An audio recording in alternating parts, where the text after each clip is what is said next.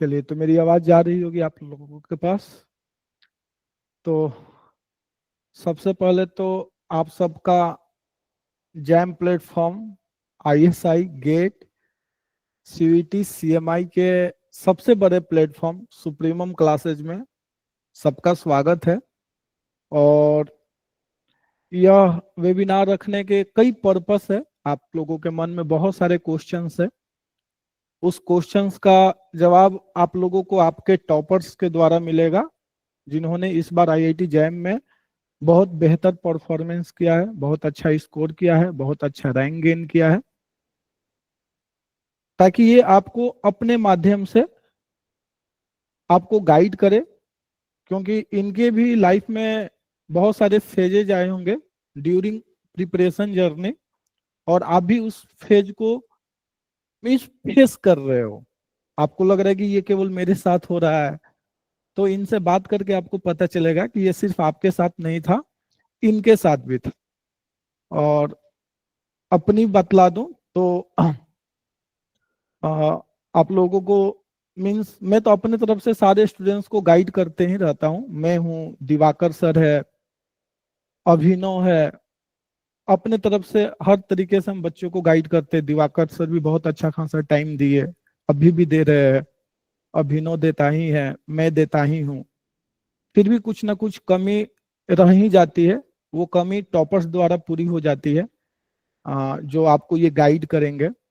और supremum classes हर एक साल एक नया इतिहास बना रहा है रिजल्ट्स के मामले में, और मैं चाहता हूं कि यह इतिहास, यह नया हिस्ट्री 2026 में भी बने, और किसी चीज की कमी ना रह जाए। उसी कमी को ध्यान में रखते हुए कि मीन्स एक नहीं होता है कि 1% की भी त्रुटि, क्योंकि एग्जाम में हमें, जब हम एग्जाम में जाते हैं तो हर तरीके से प्रिपेयर होकर के जाते हैं। केवल क्वेश्चंस करना ही प्रिपरेशन का पार्ट नहीं होता है। प्रिपरेशन के लिए बहुत छोटी सी छोटी बातों को ध्यान में रखा जाता है, और उस हर एक पॉइंट्स को, हर एक पहलू को मैं सुलझाने की अपने तरफ से पूरी कोशिश करता हूँ। इसके लिए मैं दिवाकर सर को रखा हूँ, अभिनव भी है, डाउट भी बतलाते हैं, बच्चों को गाइड भी करते हैं। थोड़ी बहुत कमी भी रहती है, मुझे लगता है कि नहीं कुछ चीजें मिस हो रही है, तो मैं जो मीन्स इस बार जैम दे करके आईआईटी में जाते हैं, इनको मैं कॉल करता हूँ, पूछता हूँ कि हाँ कुछ कुछ कमी रह गई है, कुछ ये मैं करा दिया हूँ, और भी कुछ लग रहा है कि तुम लोगों की तरफ से कुछ बच रहा है तो मुझे बतला दो, मैं वो बच्चों को गाइड कर दूंगा। तो मैं अपने तरफ से पूरी कोशिश करता हूँ। तो मेरा इस वेबिनार का यही मेन पर्पस है कि जो कुछ शायद रह जाए वो इनके थ्रू पूरा हो जाए। आप लोग मेरे से बहुत सारे क्वेश्चंस पूछ रहे हैं, हर रोज मेरे पास कॉल आते ही रहता है बच्चों का, दिवाकर सर से भी बात होते रहती है, वो भी बतलाते हैं कि मेरे पास भी बहुत सारे बच्चों के कॉल आते रहते हैं, मैसेजेस आते रहते हैं, कैसे प्रिपरेशन करे, क्या करे। अभी मेरे साथ ये प्रॉब्लम चल रहा है, कॉलेज में ये चल रहा है, वो चल रहा है, फेस्ट चल रहा है, सेमेस्टर चल रहा है, इंटरनल एग्जाम चल रहा है, प्रैक्टिकल चल रहे हैं, फीवर हो गया, फैमिली में फंक्शंस आ गया, फैमिली फंक्शंस हो रहा है। तो बहुत सारे चीजें हैं, और जिसको ये लोग भी फेस किए हैं, और ये लोग फेस करते हुए कैसे बेहतर किए आईआईटी जैम में, आईएसआई में, सीएमआई में, ये उस सिचुएशन को कैसे हैंडल किए, उसमें किस तरीके से पढ़ाई किए, तो ये आपको अपने तरफ से गाइड करेंगे। जो मैं करता हूँ वो तो मैं अपने तरफ से कर ही रहा हूँ, मेरी ये पूरी कोशिश रहती है कि किसी भी चीज की कोई कमी ना हो, और इसी के को ध्यान में रखते हुए, इसी चीज को ध्यान में रखते हुए जो थोड़ी बहुत रह जाएगी वो इनके थ्रू पूरा हो जाएगा। क्योंकि मैं नहीं चाहता कि 2026 में तनिक भी चूक हो, क्योंकि हर साल हम एक नया इतिहास ही बना रहे हैं। 2022 में बनाए, 23 में बेहतर किए, 24 में उससे ज्यादा बेहतर किए, 25 में 24 से भी ज्यादा बेहतर किए। तो हमारी भी कोशिश रहेगी कि 2026 में इससे भी बेहतर हो। क्योंकि आप लोग रोनाल्डो को सुने होंगे, तो वो बोलता है कि नंबर वन आना बड़ी बात नहीं है, नंबर वन पर बने रहना ये बड़ी बात है। बड़ी मेहनत करना पड़ता है, उस नंबर वन पर बने रहने के लिए बहुत ज्यादा मेहनत करने की जरूरत होती है। और ये सेम फेज से मैं भी गुजर रहा हूँ, या सुप्रीमम क्लासेज सेम फेज से गुजर रहा है, क्योंकि नंबर 1 तो 2023 में ही आ गए थे, फिर 24 में उसको मेंटेन करने के लिए डबल मेहनत करना पड़ा, 24 से 25 में नंबर 1 बनने के लिए और ज्यादा मेहनत करना पड़ा, 26 में बनने के लिए और ज्यादा मेहनत करना पड़ रहा है। तो नंबर 1 बनना चैलेंज मीन्स बहुत ज्यादा चैलेंजिंग काम है। नंबर 1 आ करके एक नहीं होता है छोड़ देना कि चलो एक बार तो हो गया अब बच्चे देख लेंगे। लेकिन यहाँ हमारे तरफ से भी पूरी कोशिश होती है कि उस नंबर 1 तक आने में किसी चीज का कोई माने कोई चीज चूक ना जाए, हर एक चीज फुलफिल होना चाहिए, हर एक चीज फुलफिल होना चाहिए। और हम एक सेचुरेशन के ही तरफ जा रहे हैं। टॉप 10 में 9 आ गए, पिछले बार 7 थे। यदि ग्राफ देखो तो 2022 में 2 थे, थर्ड और 7, 2023 में 5, 2023 में 5, 2024 में 7, 2025 में 9 हो गए। तो हम एक तरीके से सिचुएशन के ही तरफ जा रहे हैं, लेकिन अभी भी बहुत कुछ बेहतर करना बाकी है।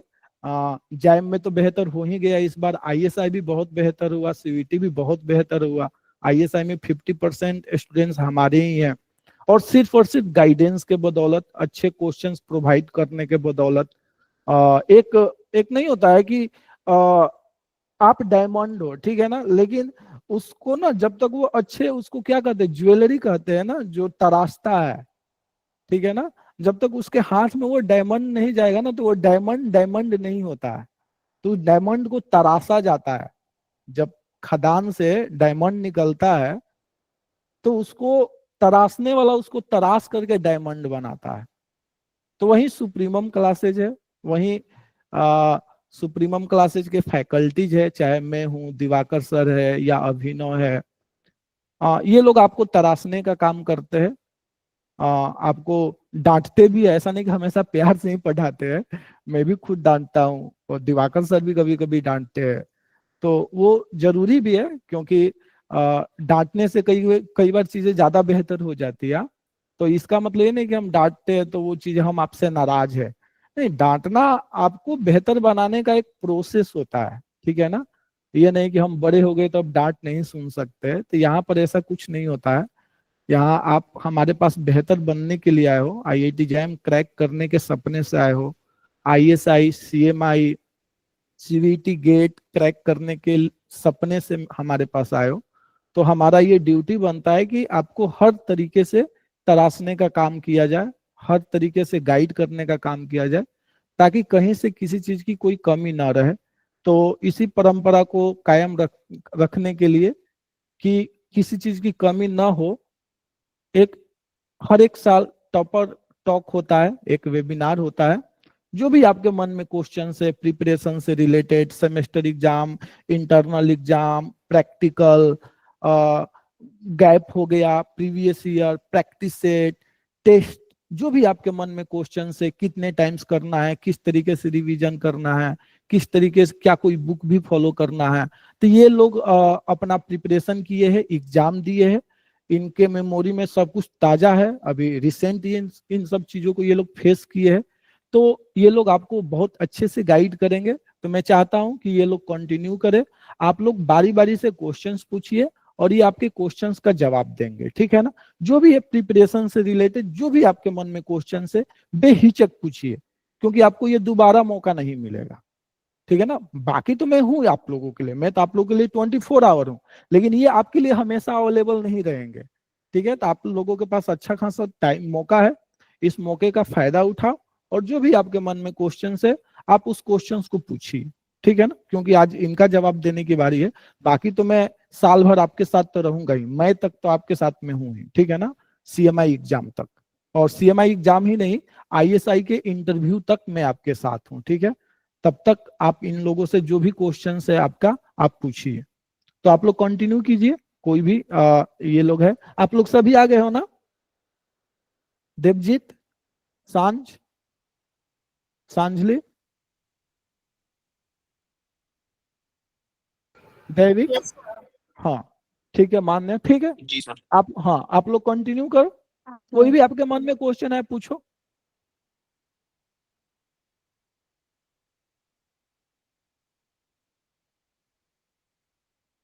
हेलो। जी। तो मेरे को जानना था कि आईआईटी जैम में क्या ये मैटर करता है कि हम जेई एडवांस्ड का प्रिपरेशन हम लोगों ने लाइफ में किया है कि नहीं। लाइक आप लोगों में जिन्होंने अभी जैम निकाला है, आप लोगों में से कुछ कुछ लोगों ने आई एम श्योर प्रिपरेशन किया होगा जेई एडवांस्ड का अपने +2 में। अर्चिष्मान सर जो है उन्होंने शायद से किया होगा अपने टाइम पे। तो मुझे जानना है कि मैं लाइक हम जो बहुत बच्चे जिन्होंने नहीं किया हुआ होता है प्रिपरेशन, तो क्या ये मैटर करता है। हाँ जी, मुझे ये कोई देखो, इसमें दो रिप्लाई देना, कोई जेई का तैयारी किया हो वो, और जो नहीं किया हो वो, या जिन्होंने नहीं किया है तो सब बोल देना नो नो नो नो, ताकि इनको लगे कि हाँ, बिना जेई के प्रिपरेशन का भी जैम एग्जाम क्रैक किया जा सकता है। ठीक है, चलो। थोड़ा आंसर। हाँ तो मैंने तो जेई मेंस भी नहीं दिया था, मैंने कुछ प्रिपेयर भी नहीं किया था, so I don't think it matters that much. But अगर आपने दिया है जेई एडवांस तो श्योरली आपको उसका फायदा होगा। बट इतना आई डोंट थिंक जरूरी ही होगा कि जेई एडवांस का प्रिपरेशन चाहिए ही। आप साल भर मेहनत करो तो उससे मतलब हो जाएगा। I would like to answer it because like JEE Advance is way tougher than JAM. Okay, so I don't think this to have any correlation or something because if you when you're preparing for JEE Advance, that's a whole different story. You have to study 3 subjects at a time and 3 very intense subjects. But here, like in statistics, you can understand you can understand a lot of things intuitively. You can relate your intuitions with your mathematical uh, basis. So I don't think like I prepared for J. I sat for J mains, J advance as well. But I don't think there is any correlation or something because the way of the examinations are totally different. The subjects you study are totally different. Yeah, if you talk about solving the MCQs, then yeah, you might have some prior knowledge like how to solve those MCQs because you then you know that you have to apply some short tricks sometimes. You have to memorize some things because you can't derive everything while solving the MCQ. So those prior knowledge might help you, but there's if you didn't sit for J, that's not a disadvantage at all. Like these 2 exams has no similarity or something like that. The only similarity is in both exams you have to solve MCQs. That's all. मैं थोड़ा बोलना चाहता हूँ। I am frankly from arts background. Okay, मतलब मेरा physics chemistry था ही नहीं class 11 में, so it barely matters. 3 years का स्टैटिस्टिक्स का course is completely different from what you study in class 11 12।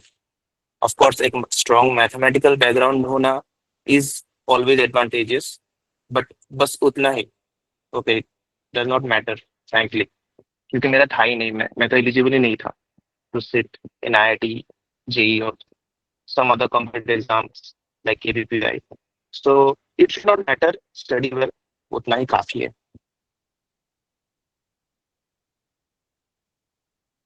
Thank you. Okay. और किसी को कुछ पूछना है? हेलो जी सर। हेलो। तो सर ये जानना था कि सर क्या बीएससी, जैसे मेरा सर बीएससी मैथ्स है, तो क्या स्टैट्स बैकग्राउंड होना जरूरी है सर? और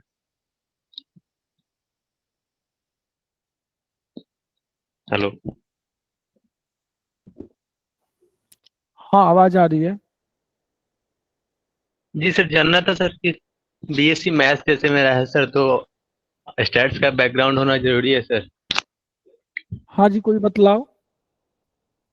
आई don't think it is necessary, क्योंकि अगर तुमने मैथ्स में किया है तो stats is just basically applied maths, so it would be easy, don't worry. And thank you. Adding on to Sahil, मुझे लगता है कि सर तो काफी अच्छे तरीके से स्टैटिस्टिक्स का पोर्शन भी कवर कर लेता है, तो आप अगर सर के साथ पढ़ाई करोगे तो it doesn't matter. I even know one of my friends who was in सुप्रीमा मुरली. उनका अनफॉर्चुनेटली हुआ नहीं, but he was from physics background, और 6 महीने के अंदर उनका पूरा स्टैट्स मैथ्स अच्छी तरीके से प्रिपेयर हो गया था. तो it doesn't actually matter. And last year की शायद ऑल इंडिया रैंक 6 था Anamika. She was also from BSc mathematics. So you can do well even if you're having a maths background. हाँ, उसका रैंक ऑल इंडिया रैंक 8 था अनामिका का, ठीक है ना। उसने ड्रॉप लिया था, ड्रॉप लेकर के दोबारा प्रिपरेशन किया था, वो भी ड्यूक से किसी सॉन जॉन करके, पता नहीं कॉलेज का तो नाम नहीं याद है। सर. हाँ हाँ, तो उसका मैथमेटिक्स ही बैकग्राउंड था। तो ऐसा नहीं है कि ज्यादा मैटर करता है। और इवन दैट कि आपका जो ये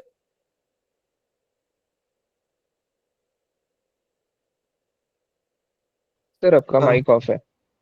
माइक ऑफ हो गया था। सर माइक अब ऑफ हो गया। अच्छा, सॉरी, हाँ, सॉरी।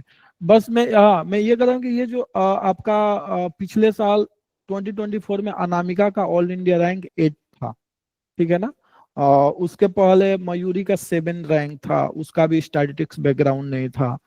और भी 3-4 स्टूडेंट्स है, मेरे उतना ध्यान में नहीं आ रहा है, ठीक है ना। हाँ, 36 रैंक कुणाल प्रजापति, उसका भी मैथमेटिक्स बैकग्राउंड था। और भी 3-4 स्टूडेंट्स रहे जिनका मैथमेटिक्स बैकग्राउंड था और वो काफी बेहतर किए, ठीक है ना। और मेरे अकॉर्डिंग जिनका मैथमेटिक्स अच्छा होता है ना, स्टैटिस्टिक्स में जो क्वेश्चंस वाला पार्ट है ना, उनका बहुत अच्छा होता है। थ्योरेटिकल पार्ट तो मैं उतना नहीं कहूंगा कि उतना बेहतर हो पाएगा कि नहीं इतने कम टाइम में, क्योंकि एक स्टूडेंट 3 ईयर स्टैटिस्टिक्स पढ़ रहा है और आप केवल क्वेश्चंस वाला पार्ट पढ़ रहे हैं, अप्लाइड वाला पार्ट पढ़ रहे हैं। लेकिन हाँ, आगे भी कोई दिक्कत नहीं आएगी, आप इतना से आपका आगे काम चल जाएगा। डेटा साइंस के फील्ड में या किसी भी जॉब फील्ड में आपको कोई परेशानी नहीं होगी। क्वेश्चंस, न्यूमेरिकल्स, जो भी डिफिनीशन है, जो भी रिजल्ट है, जो भी फॉर्मूला है स्टैटिस्टिक्स में, उसको आपको समझने में तनिक भी कोई दिक्कत नहीं होगी। आपसे मीन्स आप हर एक चीज को इजीली समझ लोगे और बेहतर तरीके से आप क्वेश्चंस भी सॉल्व करोगे। तो मेरे अकॉर्डिंग मैटर नहीं करता है। हाँ, आपको मेहनत करना पड़ेगा थोड़ा बहुत, ठीक है ना। और किसी का दूसरा क्वेश्चन पूछो। Sir I would like to add something. अगर तुम्हारा मैथ्स बैकग्राउंड है तो तुम्हें मैथ्स के पोर्शन में उतना टाइम नहीं लगेगा कवर अप करने के लिए। So stats background and maths background के दोनों लोगों का वो प्रोज एंड कॉन्स है। So you can focus more of your time on statistics portion. So वैसे बैलेंस आउट हो जाएगा वो। सर वैसे मैंने जैम दिया था आपकी बार, बट 14 मार्क्स आए थे जैम में, एंड सीएमआई 2 मार्क्स सर आ गया थर्ड पार्टी में। तो मैंने स्टैट्स की ओर फॉरवर्ड कर दिया। ठीक है, अनदर क्वेश्चन। Hello sir. अच्छा, चैट बॉक्स में क्वेश्चन आया है कि बहुत सारे बच्चों का ये प्रॉब्लम है कि मतलब जैम और आईएसआई को साथ में लेकर कैसे प्रिपेयर करें, यानी कि जैम को कैसे डिफरेंटली करें और आईएसआई को कैसे करें। इस पे जिनका जैम और आईएसआई जिन्होंने क्रैक किया है वो लोग आंसर प्लीज कर दीजिए।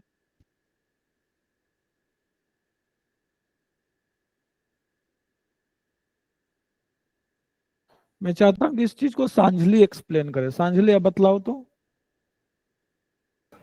Yes sir. सो मैंने अपना जैम और आईएसआई का एज सच कुछ डिफरेंट प्रिपेयर नहीं किया था।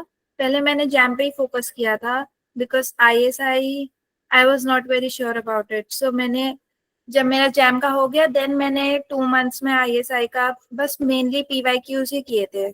उसके लिए आपको कुछ ऐसे एक्स्ट्रा नहीं करना और थोड़ा बहुत ही करना पड़ता है तो वो हो ही जाता है। वो आप लास्ट ईयर के पीवाईक्यूज करोगे तो आपको क्वेश्चन देख के समझ आएगा कि कौन सा टॉपिक आपको थोड़ा बहुत और करना है या नहीं करना है।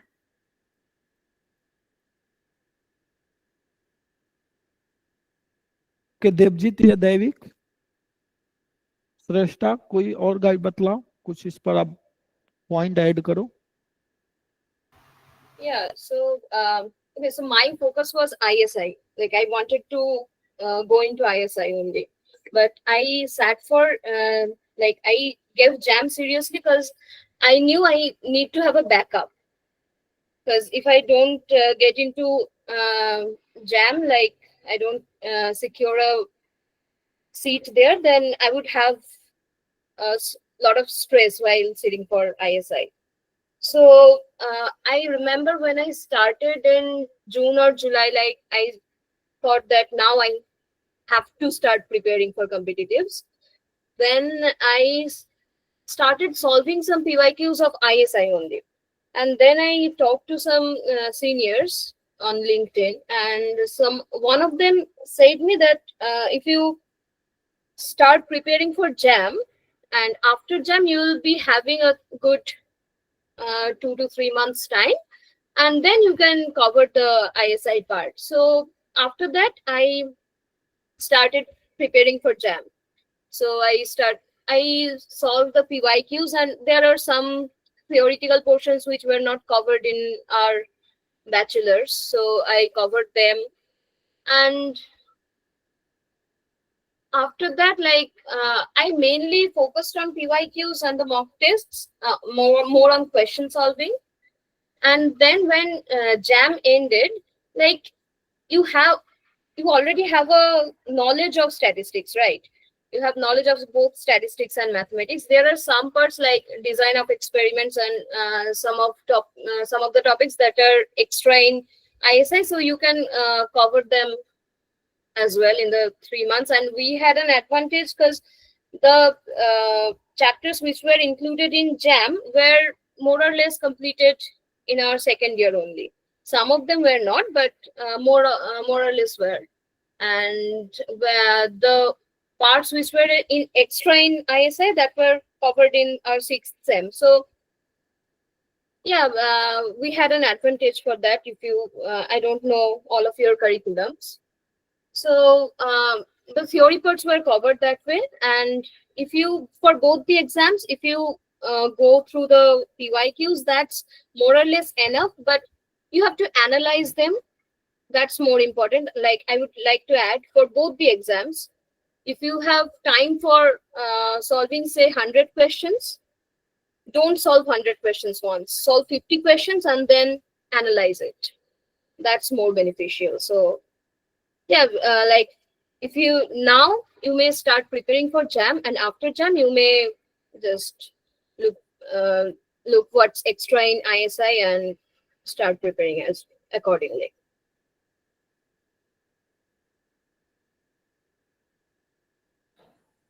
ओके तो मैं इसमें आपको एक सजेशन दे देता हूँ, ठीक है।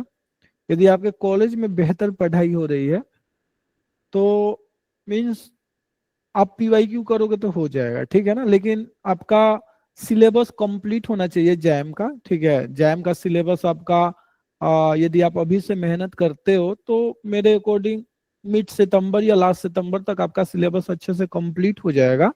तो अब आता है क्वेश्चंस करने की बारी, ठीक है ना।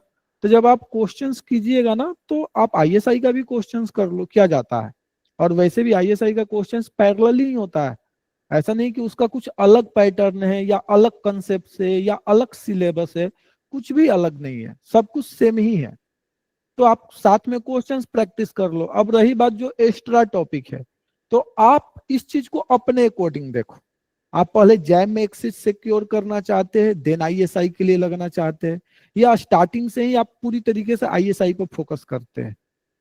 तो मेरा सजेशन है, जैसे इन श्रेष्ठा ने भी बोला, मैं पहले जैम के लिए सिक्योर हुई, मैं फोकस तो ISI था, तो लेकिन पहले जैम आपका फरवरी में हो रहा है ना, आपका जैम फरवरी मंथ में हो रहा है, तो आप फरवरी मंथ में पहले जैम दे दो। क्योंकि यदि आप जैम के लिए अच्छे से लगते हो, पूरी तरीके से आप प्रिपरेशन करते हो, अच्छे लेवल के क्वेश्चंस अटेम्प्ट करते हो, तो मुझे नहीं लगता कि ISI के लिए आपको ज्यादा मीन्स परेशानी उठानी, माने मीन्स ISI के लिए आप ज्यादा परेशान होगे।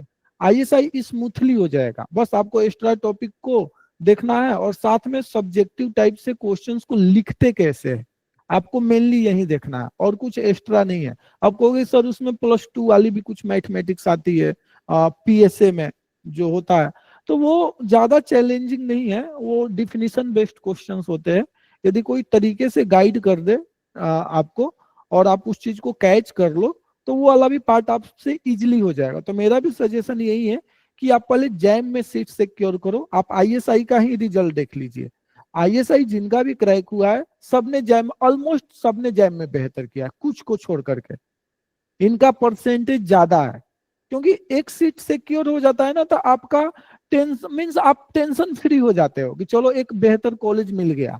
और एग्जाम प्रेशर पर डिपेंड करता है, टेंशन पर डिपेंड करता है। आप जितना फ्री होकर के एग्जाम दोगे उतना आपका बेहतर एग्जाम जाएगा। आप कम भी पढ़े हो लेकिन आप बिल्कुल फ्री हो, एकदम माने एकदम आपको कुछ लेना देना ही नहीं है एग्जाम से, तो आपका एग्जाम बेहतर जाएगा। आपकी प्रिपरेशन 100% है, लेकिन आप प्रेशराइज अपने आप को कर रहे हो, अपने आप को प्रेशराइज करो, नहीं होगा तो क्या होगा, मेरे पास यही लास्ट ऑप्शन है, ये वो है, हाबी जाबी, तो इससे आपका एग्जाम खराब चला जाएगा।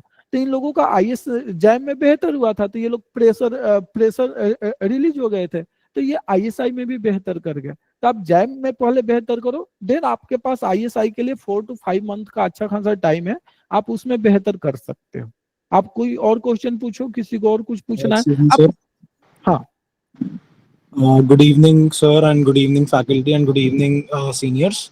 मैं पूछना चाहता था कि आप लोग लाइक एग्जाम टाइम पे कैसे मैनेज करा प्रिपरेशन, एंड सिलेबस क्या आपने जल्दी कवर कर लिया, एंड स्पेसिफिकली अगर कोई दिल्ली यूनिवर्सिटी से है तो आपने अपने सेमेस्टर एग्जाम्स के साथ कैसे मैनेज करा प्रिपरेशन को?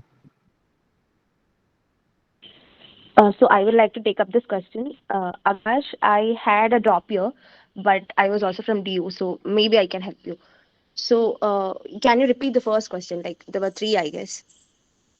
या basically how did you manage through out the year, अपना लाइक आपने कंसिस्टेंसी कैसे रखा, एंड आपने सेमेस्टर एग्जाम्स के साथ कैसे मैनेज करा? So consistency, या देखो सर, अगर क्लासेस हर दिन करवा रहे हैं, if you are doing it in the live lectures, तो आपका हो ही जाता है। मतलब उसको पेंडिंग में मत रखना, एक बार पेंडिंग में रखोगे फॉर मैंने ये किया था कि मई में मेरा पूरा क्लासेस छोड़ दिया था because I was having my semester exams in DU। तो उसका मुझे, जब मैंने सोचा कि जून में मैं कवर करूंगी, वो बहुत ज्यादा ही बैकलॉग हो गया था। So that was what happened in my 3rd year. तो मैं आपको सजेस्ट करूंगी कि एग्जाम के चक्कर में क्लासेस को छोड़ना मत। क्लासेस तो रन कर लो या फिर रिकॉर्डेड देख लो, तो डेली डेली उसको कवर ही कर देना। कंसिस्टेंसी मेंटेन करना, शायद आपने वो वीडियो में भी देखा होगा कि डेडिकेशन, डिसिप्लिन एंड ड्रीम, बस ड्रीम से एग्जाम नहीं निकलता है ना। आप अगर जब फोकस नहीं करोगे तो कोई और फोकस कर रहा है, तो उनका एग्जाम निकल जाएगा। तो आपको कंसिस्टेंसी मेंटेन करना पड़ेगा, like it's like number 1 rule. तो थोड़ा बहुत अपने आप से एफर्ट डालना पड़ेगा उसके लिए। एंड एग्जाम्स के टाइम पे क्लासेस को छोड़ना मत। क्वेश्चन प्रैक्टिस के लिए जितना टाइम आप डिवोट कर रहे हो, उसको थोड़ा बहुत कम कर सकते हो। एंड DU में when it comes to like दिसंबर वाला एग्जाम, शायद जनवरी 1st वीक तक एग्जाम खत्म हो जाएगा। सो आप नवंबर या फिर दिसंबर 1st 2 वीक्स तक, 2nd वीक में शायद इंटरनल प्रैक्टिकल एग्जाम्स होगा, तो 1st वीक तक पूरा जाम में लगे रहो। उसके बाद बस क्लासेस अटेंड करना, सर जो भी करवा रहे हैं, या फिर मॉक टेस्ट अगर टाइम हो रहा है तो मॉक टेस्ट का एनालिसिस भी करो और मॉक टेस्ट भी अटेम्प्ट दे दो, उसको पेंडिंग में मत रखना। And as soon as the exam ends, like वो तो 10 दिन के अंदर, if I am not wrong, अभी NEP के बाद भी 10 दिन के अंदर या फिर 15 डेज के अंदर एग्जाम्स खत्म हो जाएगा आपका semesters. Then you can come to the revision part and mock test का री एनालाइज करो या फिर रीटेस्ट दे दो, तो उस पे आप फोकस कर सकते हो। And where there any other question apart from this? दीदी एक और चीज ये पूछना था कि सेमेस्टर 5 में जो लाइक दिसंबर वाला एग्जाम आप बता रहे हैं, तो आप लाइक उस सेमेस्टर की क्लासेस लाइक कितनी लेते थे, कैसे मैं कॉलेज की बात कर रहा हूँ कि आप कॉलेज पे कितना फोकस करते थे एंड इस पे कितना, एंड आपने सेमेस्टर एग्जाम्स पे लाइक कितना फोकस या कब से उसके लिए आपने लाइक कितना टाइम डिवोट करा उसके लिए? ऐसा सेट मेरे ये ड्रॉप ईयर था, पर जब मैं कॉलेज में जाती थी, like in my 5th semester and 6th semester, मेरा तो अटेंडेंस रहता ही था, लेकिन मैं क्लासेस छोड़ती नहीं थी। DU पे ये स्पेशली ये चीज़ है कि आप क्लासेस छोड़ नहीं सकते, there is this compulsion of attendance. And internals पे भी वो बहुत ज़्यादा असर पड़ेगा। And if you get a backlog, और आप ऐसे हमारे टाइम पे भी हुआ था कि if you are getting low attendance, like 75% से लेस है, आप एग्जाम में नहीं बैठ सकते हैं, तो ऐसे थोड़ा बहुत इश्यूज होता है। और अगर आप क्लासेस अटेंड नहीं करोगे तो टीचर्स प्रैक्टिकल फाइल्स चेक नहीं करेगा, तो ये सब चीजें होते रहते हैं। तो उसको अवॉइड करने के लिए बेटर रहेगा कि आप क्लासेस अटेंड करो। एंड ऊपर से मुझे ये भी लगता है कि जैम निकलना is the first thing, but when you go to IIT, उधर टाइम आप सिलेबस देखोगे तो टाइम सीरीज एनालिसिस है, स्टोचैस्टिक प्रोसेसेस है एंड बायोस्टैट्स है, तो ये सब चीजें उधर होता है। तो if you are not aware of these things which is being taken care of in your bachelors, तो उधर जाके आपको बहुत ज्यादा दिक्कत होगा ना। तो आप क्लासेस छोड़ना मत, क्लासेस पे भी ध्यान देना और प्रैक्टिकल्स वगैरह कर देना। Even if you do consistently for 4 to 5 hours a day, college के बाद उसके लिए टाइम मिलेगा तो आपका एग्जाम निकल जाएगा। ओके, सो वैसे कर सकते हो classes.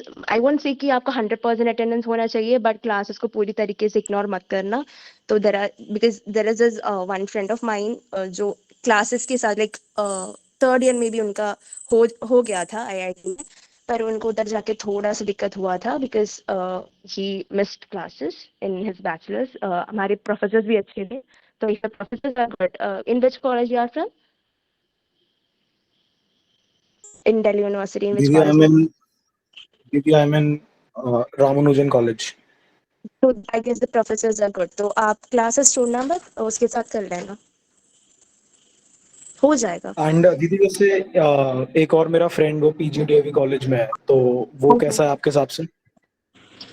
PGDV is also good. Last year का शायद ऑल इंडिया रैंक 5, नाम याद नहीं है मुझे, तो वो भी PGDAV से ही था, तो it's good. Thank you so much दीदी, इतना टाइम Even डिवोट rank करा 10 आपने। was also from PGDAB, Preksha Agarwal. Yeah, she was Preksha Agarwal, right. और किसी को ऐड करना है इसमें? बाकी दैविक, देवजीत या श्रेष्ठा, सांजलि, कि सेमेस्टर एग्जाम के साथ साथ जैम एग्जाम को कैसे मैनेज करें? जिन्होंने फर्स्ट अटेम्प्ट में निकाला है वो थोड़ा बतला दो। ये तो वो बतलाई कि हाँ हमने क्या क्या गलती की थी। और कोई बतला दो जी जिनका फर्स्ट अटेम्प्ट में अच्छा खासा गया है, दैविक या देवजीत। मैं सच बताऊं तो ऐसी बात है कि I I actually focus more on college work. मतलब मेरे कॉलेज में जो पढ़ा रहा था वो मेरा प्राइमरी फोकस था, ठीक है। और हम लोग के जो टीचर्स है वो लोग भी हमेशा ही बोलते थे कि study well in your college and that will be more than enough for your exams. At least concepts अगर क्लियर हो जाए ना तो क्वेश्चंस भी इजीली सॉल्व हो जाएंगे। सो प्लीज आप जो लोग भी अभी UG 3 में हो, आप लोग अच्छे से अपना कॉलेज में जो पढ़ा रहा है वो भी पढ़े, क्योंकि उससे कुछ हो ना हो बेनिफिट ही होगा, कुछ खराब नहीं हो सकता उससे। सो प्लीज अच्छे से पढ़े। और एट द सेम टाइम मैं सबसे ज्यादा जो बोलूंगा, मॉक टेस्ट जब स्टार्ट होगा, मॉक टेस्ट आप ज्वाइन कर लेना, ठीक है। बिकॉज कोर्स सिलेबस खत्म हो ना हो, मॉक टेस्ट जरूर ज्वाइन कर लेना, that is very important. Mock test दोगे तो खुद की खामियां पता चलेगी, and that is much more important. You will realise कि अच्छा ये सोचने में गलती हो रही थी। तो once you rectify those things will start getting easier, आप ज्यादा स्कोर भी कर पाएंगे। और धीरे धीरे जब स्कोर भी बढ़ेगा आपको भी एनकरेजिंग फील होगा ना। तो आप सेमेस्टर के एग्जाम को लेके इतना मतलब सोचना है कि क्या कैसे टॉगल करे, कब सेमेस्टर का पढ़े कब ऐसे नहीं, सेमेस्टर का ही पढ़ना है। सेमेस्टर का पढ़ो, उसके साथ साथ मॉक टेस्ट दो, सब कुछ ठीक ठाक ही हो जाएगा। ये मेरी यही स्ट्रेटेजी थी। ऐसा ये कोई मतलब स्ट्रेटेजी तो नहीं है, बट वट एवर, ठीक है, that is more than enough. Okay, that's all. देखो, हाँ हाँ बोल, बतलाइए। अरे मैं बोल रहा था कि वो क्लास के बाद इनफ टाइम रहता है, आप लोग ऐसे 3 या 4 घंटा डेडिकेटेडली DPP सॉल्व कर ही सकते हैं, तो वो मतलब मुझे नहीं लगता वो ज़्यादा प्रॉब्लमेटिक है। तो आप लोग कॉलेज के बाद कर लेना, 3-4 घंटा ज़्यादा टाइम नहीं है, तो 3-4 घंटा आप लोग डेडिकेटली DPP सॉल्व करना अच्छा रहेगा। और सेमेस्टर के लिए आप क्लासेस अटेंड करना वही काफ़ी है। और ऐसे भी मतलब हम लोग अगर आप लोग कॉलेज अच्छे से अटेंड करोगे तो सेमेस्टर एग्जाम के पहले ज़्यादा प्रेशर नहीं रहेगा, तो इजीली मैनेज होगा। अगर आप कॉलेज भी अटेंड नहीं करेंगे तो सेमेस्टर एग्जाम के पहले वो भी एक प्रेशर अलग से क्रिएट हो जाएगा, तो वो नहीं होना चाहिए। तो ऐसे करके हो जाता है। और जो ये दैविक ने बोला, तो टेस्ट अच्छे से देना, थोड़ा ऑनेस्टली टेस्ट देना, तो वो बहुत ज़्यादा हेल्पफुल रहेगा। तो और DPP आप और कॉलेज के बाद डीपीपी करना वो काफी है। कॉलेज में जो पढ़ रहा है और सर जो पढ़ रहा है उसके बाद डीपीपी करना वो ठीक ठाक रहता है। देखो इसमें ना दो पार्ट है कि एक वैसा कॉलेज है जिसमें अच्छी पढ़ाई होती है, ठीक है ना, एकदम डिसिप्लिन में सब कुछ, क्वेश्चंस भी इस टाइप से दिए जाते हैं कि बच्चे पढ़ने के लिए मजबूर हो जाते हैं, माने वो नहीं पढ़ेंगे तो पास ही नहीं होंगे, एकदम क्वेश्चन बिल्कुल ही एग्जाम में अलग ही आता है जैसे कि आईआईटी में होता है। एक है कि कॉलेज में पढ़ाई नहीं हो रही है या पढ़ाई भी हो रही है तो वो प्रीवियस ईयर के क्वेश्चंस उठा करके देते रहे, तो इसमें दो केसेस बनते हैं। तो जिस कॉलेज में बेहतर पढ़ाई हो रही है, मैं भी ये शुरू से ही बोलते आया हूँ कि यदि आपके कॉलेज में बेहतर पढ़ाई हो रही है तो आप बेशक कॉलेज जाओ, क्योंकि कॉलेज में आप बहुत सारी चीजें सीखते हैं जो आपको आगे बहुत ज्यादा हेल्प करेगा।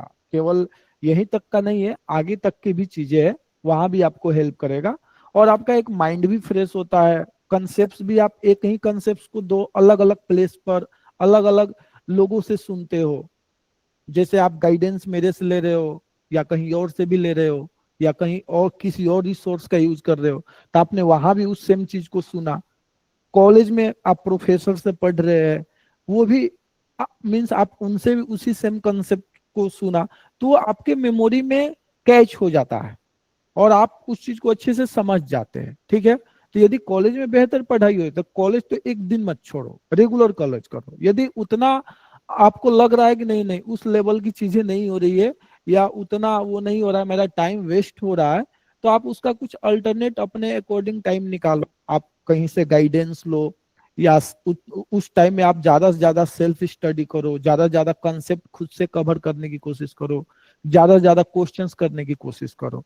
जैसे कि देवजीत ने बोला कि डीपीपी, ठीक है ना, या पीवाईक्यू या कोई भी आप बुक सॉल्व कर सकते हो कॉलेज के बाद, क्योंकि कॉलेज के बाद टाइम बचेगा। तब यहाँ भी डेडिकेशन का फर्क आएगा कि आप कितना ज्यादा जैम के लिए, आईएसआई के लिए, सीएमआई के लिए डेडिकेटेड हो। तो डेडिकेटेड रहोगे तो कॉलेज के बाद 1-2-3 घंटे का टाइम आप जरूर निकाल लोगे। डेडिकेटेड नहीं रहोगे तो वो कॉलेज के बाद जो 2-3 घंटा आपका रोज टाइम वेस्ट होता है, वो हर रोज कैसे वेस्ट हो रहा है आपको पता ही नहीं चलेगा। वो तब होश खुलेगा जब एग्जाम निकल जाएगा। तो अभी से आप संभल जाइएगा तो आप कॉलेज के साथ साथ इजिली में जैम क्रैक कर सकते हैं। वो बहुत ज्यादा वर्कलोड नहीं है। आप वही सेम कंसेप्ट से कॉलेज में भी सीख रहे हो, यहाँ भी सीख रहे हो, या खुद से भी पढ़ रहे हो तो आप खुद से भी सीख रहे हो। बस आपको ज्यादा से ज्यादा क्वेश्चंस को कवर करना है, क्योंकि आपका कंसेप्ट क्वेश्चन से ही क्लियर होगा। थ्योरी पढ़ने से कंसेप्ट क्लियर नहीं होगा। यदि थ्योरी पढ़ने से आपका कंसेप्ट, केवल थ्योरी में कह रहा हूं, ऐसा नहीं कि थ्योरी, केवल थ्योरी पढ़ने से कंसेप्ट क्लियर नहीं होगा। यदि केवल थ्योरी पढ़ लेने से आपसे क्वेश्चन होता तो बुक में तो थ्योरम भी है, एग्जाम्पल्स भी है, हर कोई कहाँ कर पा रहा है, या उसी थ्योरम को पढ़ करके आप प्रीवियस ईयर कहाँ उतना कर पा रहे हो। तो ज्यादा से ज्यादा क्वेश्चंस प्रैक्टिस करने की जरूरत है। आप जितना ज्यादा क्वेश्चंस प्रैक्टिस कीजिएगा उतना आपके लिए बेहतर होगा। तो आप एक टाइम रूटीन बना लो कि मुझे हर रोज मिनिमम 30 क्वेश्चंस अटेम्प्ट कर रहे हैं हर रोज, चाहे वो प्रीवियस ईयर का क्वेश्चन हो, चाहे किसी बुक का क्वेश्चन हो, चाहे वो किसी डीपीपी का क्वेश्चन हो, मुझे हर रोज मिनिमम 30 क्वेश्चन। सर म्यूट है, तो आपका माइक बंद हो गया। हाँ, कुछ टाइम के लिए आप पोस्टपोन कर सकते हैं, ठीक है ना, कुछ टाइम के लिए आप पोस्टपोन कर सकते हैं। लेकिन जब आपका एग्जाम नहीं है, सेमेस्टर एग्जाम नहीं है, कॉलेज चल रहा है, सेमेस्टर एग्जाम में 15-20 दिन, 1 महीने का टाइम है, तो आप हर रोज मिनिमम 30 क्वेश्चंस का टारगेट रखो, क्योंकि आपका कंसेप्ट क्वेश्चन से ही क्लियर होगा।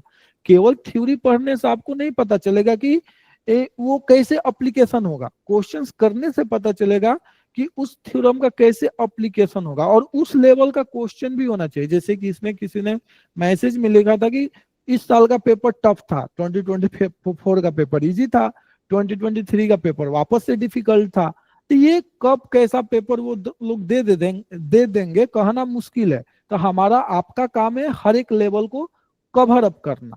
तो आप उस लेवल का गाइडेंस लो, उस लेवल के क्वेश्चंस का मींस उस टाइप के क्वेश्चंस को आप अटेम्प्ट करो, ताकि आप अच्छे से कॉन्सेप्ट्स का एप्लीकेशन करना सीख जाए, मिक्सचर ऑफ कॉन्सेप्ट्स का आप एप्लीकेशन करना अच्छे से सीख जाए, गलतियां किस तरीके से होती है आप इसको सीख जाए, ठीक है ना। और आप क्वेश्चन पूछिए। सर मैं पूछना चाहता हूँ कि किसी ने नौकरी करते करते जैम को क्रैक किया, जो जो लोग हमको कोई टिप दे सकते हो क्या? इसका एग्जाम्पल मयूरी है, जिसका पीछे 2023 में ऑल इंडिया रैंक 7 था 2022 में, ठीक है ना। इसके बाद एक और लड़का जिसका 2024 में 22 रैंक था, ठीक है ना, जॉब करते हुए उन्होंने जैम क्रैक किया। इसके अलावा और कोई है, कोई एक और है, 2-3 और है, ठीक है ना। माने रैंक उनका टॉप 20 में नहीं था, टॉप 30 में नहीं था, लेकिन 50 के आसपास था। उनको कॉलेज मिल गया था जनरल कैटेगरी से, ठीक है ना। और ऐसे लोग कम भी तो होते हैं ना, कम प्रिपरेशन करने वाले होते। तो मेरे अकॉर्डिंग आप कर लोगे, यदि आप डेडिकेटेड है तो आप कर लेंगे। रोज आपको 1 से 2 घंटा 3 घंटा रोज केवल निकालना है, कंसिस्टेंसी आपको केवल मेंटेन करना है बस, ठीक है ना। मैं ज्यादा निकल रहा हूँ सर, लेकिन प्रॉब्लम्स तो उतना नहीं सॉल्व कर रहा हूँ। नहीं, मेन प्रॉब्लम है तब तो बेकार है, तब कोई फायदा नहीं है। प्रॉब्लम आपको करना ही है भी, आप हर रोज 5 ही क्वेश्चंस करो, बट करो। क्वेश्चंस करना कंपलसरी है, केवल थ्योरी करने से, वीडियो लेक्चर देखने से, केवल बुक पढ़ने से, नोट्स पढ़ने से कुछ नहीं होगा, क्वेश्चंस करने से होगा। क्वेश्चन ही आपके दिमाग को के नस को खोलेगा, थ्योरी नहीं खोलेगा। थ्योरी तो आप हर रोज एक ही चीज को देख रहे हैं ना उसका वर्ड टच से मस हो रहा है, ना सेंटेंस टच से मस हो रहा है, जैसा है वो उसी रूप में है, वो अलग अलग रूप में क्वेश्चंस में आ रहा है।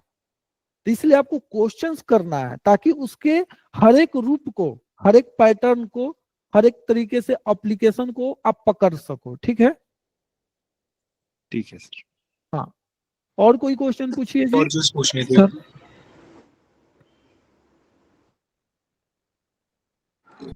सर मैं इस मैं साल पूछूं? ड्रॉप लिया हूँ, तो मतलब टाइम है मेरे पास, लेकिन वो यूटिलाइज कैसे करूँ, मतलब क्या करूँ, जो कैसे, मतलब टाइम टेबल कैसे सेट करूँ? हाँ सांझली, आपका ड्रॉप है, मान्या आपका ड्रॉप है, बतलाओ। यस सर मेरा ड्रॉप नहीं था। हाँ तुम्हारा ड्रॉप, माने फिर भी हाँ तुम्हारा ड्रॉप नहीं था, तुमने गैप लेकर के एग्जाम दिया है केवल, ओके ठीक है। हाँ मान्या। नहीं सर, सर गैप नहीं लिया था, मेरा 3rd ईयर से। अच्छा आपका भी गैप नहीं था। अलीना आपका गैप है ना, आप बतलाओ। सर मेरी तो ऐसा होता था कि मैं कोशिश करती थी कि एक वीक पहले से ही डिसाइड करूँ कि क्या करना है। सो मेरा थोड़ा सा वियर्ड कॉम्बिनेशन में चला था, I went in on my वे, पर मेरा मोस्टली टाइम टेबल ऐसा रहता था कि वीक के स्टार्टिंग में, like in Sunday I will decide कि ये कवर करूँगी। तो रिकॉर्डेड लेक्चर्स फॉलो करती थी मैं, तो मेरा लगता था कि इस पर्टिकुलर टॉपिक तो मेरे, तो अगर मैं डिफरेंशियल कैलकुलस का लेक्चर्स देख लूँ तो मैं ब्रेक डाउन करती थी कि देखो इतना लेक्चर्स मुझे कवर करना है इस वीक के अंदर, और इतने दिनों में या फिर इतने वीक्स में ये पूरा मैं कवर करूंगी। तो इसका लेक्चर्स और इसका क्वेश्चंस तो उसको ब्रेक डाउन पहले से एक बार करूंगी, लाइक ओवरऑल व्यू में लेती थी, और उसके बाद जाके मैं वीक वाइज भी ब्रेक डाउन करती थी कि इस वीक में इतनी चीज़ें कवर करना है, और कॉम्बिनेशन में करती थी। ऐसा मुझे मेरी एक्चुअली अनामिका से बात हुई थी लास्ट ईयर, तो उन्होंने ही सजेस्ट किया था कि मैथ्स और स्टैट्स को कॉम्बिनेशन में रखो, ऐसा न करो कि एक ही सब्जेक्ट तुम पूरे हफ्ते कर रहे हो या फिर एक ही फ्लो में कर रहे हो। तो मैथ्स एक दिन कर रहे हो तो दूसरे दिन स्टैट्स करो, तो 2 टॉपिक्स लेती थी, एक स्टैट्स का हो गया और एक मैथ्स का हो गया। तो उसको आप ही डिसाइड करो कि आपको कितना चीज़ें करना है या फिर कितने डीपीपीस कवर करना है, कितने लेक्चर्स। अगर आप लाइव कर रहे हो तो लाइव ही कर लो, that is the best thing to do. अगर रिकॉर्डेड देख रहे हैं तो उसको आप डिसाइड करो कि आपको कितनी चीज़ें कितने टाइम पे कवर करना है। तो सुबह से अगर आप टाइम टेबल शेड्यूल कर रहे हो तो वीकली आपका ब्रेकडाउन आ गया कि आपको कितनी चीज़ें करना है, तो उसके हिसाब से आपको पता ही चलेगा कि 7 डेज है तो एक दिन में कितनी चीज़ें कवर करना है। और मेरा थोड़ा सा टेंशन रहता था कि अक्टूबर में जाके इन्फ्रेंस खत्म हो रहा है, और inference is a very good, like very important topic, तो थोड़ा सा उसका कंसर्न था। बट विद टाइम मुझे रियलाइज़ हुआ कि अक्टूबर में भी अगर आप इन्फ्रेंस कवर कर रहे हो सर के साथ साथ ही, that is a good way to go. तो बहुत ज़्यादा जल्दी वो कवर करने के चक्कर में मत रहना कि मुझे जुलाई या फिर अगस्त के एंड तक मुझे सिलेबस कवर करना है। इसका आप क्या करोगे, तो जल्दी जल्दी करोगे तो उतना अच्छे से टॉपिक्स कवर नहीं हो पाता है। तो सर के साथ ही करो, लाइक अक्टूबर एंड या फिर अक्टूबर स्टार्टिंग में, शायद अक्टूबर मिड तक इन्फ्लुएंस का हो गया था, तो उसके साथ सर के साथ हो सके तो कर लेना, या फिर आप वीक वाइज ब्रेक डाउन कर सकते हो, डेली उसके हिसाब से ब्रेक डाउन कर सकते हो। आपके हिसाब क्या, आप अगर 6 घंटा पढ़ पाओगे तो उसको कैसे यूटिलाइज कर सकते हैं, या फिर आप 10 घंटा पढ़ पाओगे तो उसके हिसाब से आप ब्रेक डाउन कर लेना। इसमें ज्यादा डिस्ट्रैक्ट होने का चांसेस है because you have the entire day, तो आपको वो उसमें भी थोड़ा ध्यान रखना पड़ेगा। उमंग, आपको कुछ बतलाना है? नहीं सर, इस क्वेश्चन में तो कुछ नहीं बताना, इस क्वेश्चन में तो। ओके ओके ठीक है। और मैं ऐड हाँ करना चाहूंगा कि हाँ साहिब जितना बतलाओ। जल्दी हो सके सिलेबस कंप्लीट कर देना, क्योंकि नवंबर दिसंबर जब बढ़ जाता है, क्योंकि ड्रॉप लिया है उसमें भी कुछ होगा या नहीं वो पता नहीं होता। सो जितना जल्दी सिलेबस खत्म करोगे और मॉक टेस्ट देना शुरू करोगे उतना अच्छा होगा। एंड मैंने तो मतलब मेरा बहुत लेड बैक था शेड्यूल, दिसंबर से मैंने तो बहुत कम कर दिया था पढ़ना, तो तुम भी वैसा ट्राई कर सकते हो, जिसका मुझे बहुत फायदा हुआ एग्जाम हॉल में, क्योंकि पेपर बहुत ही टफ आ गया तो वो प्रेजेंस ऑफ माइंड का खेल था सारा। सो जितना लेड बैक और टेंशन मत लो, हो जाता है। स्पेशली एग्जाम्स पे बहुत फोकस करो, जो यूनिट वाइज एग्जाम्स भी होता है वो जब एग्जाम आता है तब तभी दे दो। संडेज तुम्हारे फ्री कर दो 2:30 to 5:30, एंड तभी एग्जाम्स देना शुरू कर दो और एनालिसिस पे बहुत टाइम स्पेंड करो। एंड ऑल्सो कि ड्रॉप में सिर्फ पढ़ाई मत करो, कुछ और भी करो, घर से बाहर पढ़ो थोड़ा, क्योंकि पूरा दिन घर में रहोगे तो वेरी ओवरवेलमिंग। सो थोड़ा ट्राई करो कि सोशलाइज भी कर रहे हो। ठीक है। मेरा एक क्वेश्चन था।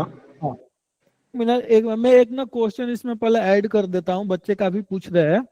इसमें एक क्वेश्चन का उमंग तुम जवाब दो कि कोई पूछ रहा है कि डीपीपी लेक्चर करने के बाद पहले डीपीपी माने थ्योरी पढ़ने के बाद, लेक्चर करने के बाद मतलब थ्योरी पढ़ने के बाद पहले डीपीपी किया जाए कि पीवाईक्यू किया जाए? कोई बुक कर रहा है तो पहले बुक किया जाए कि प्रीवियस ईयर किया जाए? आपका क्या ओपिनियन है? पहले डीपीपी कर लो कंप्लीट, ठीक है ना। हाँ, एक बार डीपीपी हो जाए, मतलब उसके जो भी डाउट्स वगैरह एक बार अच्छे से डीपीपी कंप्लीट हो जाए, उसके बाद उससे रिलेटेड जितने भी प्रीवियस ईयर क्वेश्चंस वगैरह हैं वो देखो। या डीपीपी कर रहे हो उसमें कुछ मतलब डाउट्स वगैरह आ रहा है तो फिर से थ्योरी को रेफर कर सकते हो किसी बुक को, कि मतलब क्वेश्चंस क्यों नहीं हो रहे थे मेरे से ये वाले, थ्योरी को रेफर कर सकते हो, या नोट्स बनाए उनको रेफर कर सकते हो फिर से कि क्यों नहीं हुए थे मेरे से वाले क्वेश्चंस, ठीक है ना। हाँ, फिर एक बार डीपीपी हो जाए देन प्रीवियस ईयर पे मूव कर जाना। सेम विद प्रीवियस ईयर, अगर प्रीवियस ईयर में मतलब कोई टॉपिक है, कोई क्वेश्चन नहीं आ रहा, कुछ क्वेश्चन तो लाइक बहुत ही हार्ड होते हैं, तो उनको मतलब छोड़ के लाइक कॉन्सेप्चुअल इशू है या मतलब इस टाइप का इशू है तो एक बार फिर से नोट्स वगैरह देख सकते हो, या लेक्चर को फिर से एक बार देख सकते हो कि ये क्वेश्चंस क्यों नहीं हो रहे मेरे से, ठीक है ना। हाँ, तो पहले डीपीपी करनी है, लाइक लेक्चर देख लिया आपने, लाइक अंडरस्टैंडिंग बन गई आपकी टॉपिक की, डीपीपी के सारे क्वेश्चंस अच्छे से सॉल्व कर लो, then after that do the previous year questions and then your topic is done. Okay okay, तो इसमें एक क्वेश्चन और कि एक जैसे कोई कंटेंट फॉलो कर रहा है तो उसको रिवीजन के तौर पर उसको कितने टाइम्स करे एटलीस्ट, और करे तो किस तरीके से करे? अब ये तो टाइम पे डिपेंड करता है ना, कितना टाइम है आपके पास। लाइक जैसे एक टॉपिक आपने कर लिया, फिर सेकंड टॉपिक स्टार्ट किया ना, तो लाइक जो मैं करता था वो आप फॉलो कर सकते हो। जैसे एक टॉपिक आपने कर लिया, देन सेकंड टॉपिक स्टार्ट हुआ ना, तो मतलब उसके बीच में किसी दिन मतलब ऐसे रैंडमली कि एक पेज लो आप, उस पे आपने जो पहले टॉपिक पढ़ा था ना उसके मतलब उससे रिलेटेड जितनी भी चीजें हैं ना आप वो लिख सकते हो कि यार इस टॉपिक मैंने ये पढ़ा था, अच्छा ये इंपॉर्टेंट फॉर्मूला था, अच्छा हाँ ये एक इंपॉर्टेंट क्वेश्चन था। तो ऐसे मतलब टॉपिक आपका रिवाइज होता रहेगा। या मान लो कोई डीपीपी वगैरह या फिर से प्रीवियस ईयर मतलब उस टॉपिक से रिलेटेड फिर से एक बार जस्ट देख लो कि अच्छा हाँ इसमें ये कॉन्सेप्ट यूज हुआ था, हाँ ठीक है ऐसे ऐसे था। तो ऐसे मतलब जैसे नेक्स्ट टॉपिक चल रहा है, प्रीवियस टॉपिक को मतलब देखते रहो, आइदर लाइक उसके एक पेज पे लिख लो कि हाँ मुझे ये याद है, या मतलब प्रीवियस ईयर उससे देख लो या उसके डीबीपी देख लो।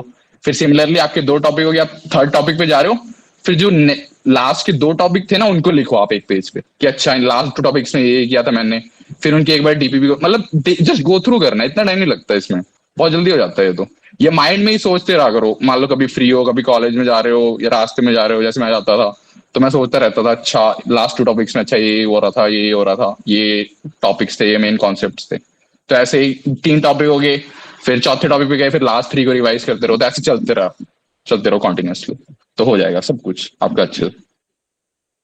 मीन्स इनका ना देखो, जैसे कि आप अभी टॉपिक्स को कवर कर रहे हो, जैसे कि कोई प्रोबेबिलिटी पढ़ा, प्रोबेबिलिटी के बाद आप मान लो कि इंटीग्रल कैलकुलस पढ़ रहे हो, इंटीग्रल के बाद आप यूनिवेरिएट या रियल एनालिसिस पढ़ने लगे, या इन्फरेंस या ज्वाइंट डिस्ट्रीब्यूशन। आप सिलेबस कंप्लीट नहीं किए, अभी आप टॉपिक्स को ही कवर कर रहे हैं, तो ऑब्वियस सी बात है कि आपका उसमें टाइम ज्यादा लगेगा। 10 दिन, 1 सप्ताह, 2 सप्ताह, 15 दिन, 20 दिन का ऐसे एक एक टॉपिक आपका टाइम लेगा। मैंने मिनिमम 10 डेज का पर टॉपिक आपका टाइम लेगा। मींस खुद से कर रहे हो तो 10 दिन, किसी के गाइडेंस में कर रहे हो तो 5 से 6 से 7 दिन, ठीक है ना।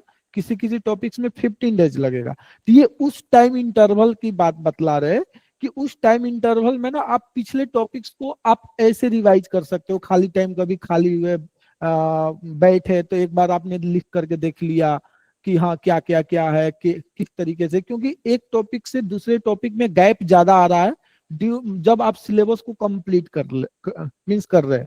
जब आप पूरा सिलेबस को कंप्लीट कर लीजिएगा तो आप 10 दिन 15 दिन का टाइम नहीं लगेगा उसको कवर करने में। हार्डली से हार्डली 2 से 3 दिन, मैक्सिमम 2 या 3 दिन, इससे ज्यादा का मैं भी टाइम टेबल इनको बना करके नहीं देता हूं कि आप एक दिन में 1 या 2 टॉपिक को कंप्लीट कर सकते हैं। तो उसमें टॉपिक के बीच में ज्यादा गैप नहीं होगा।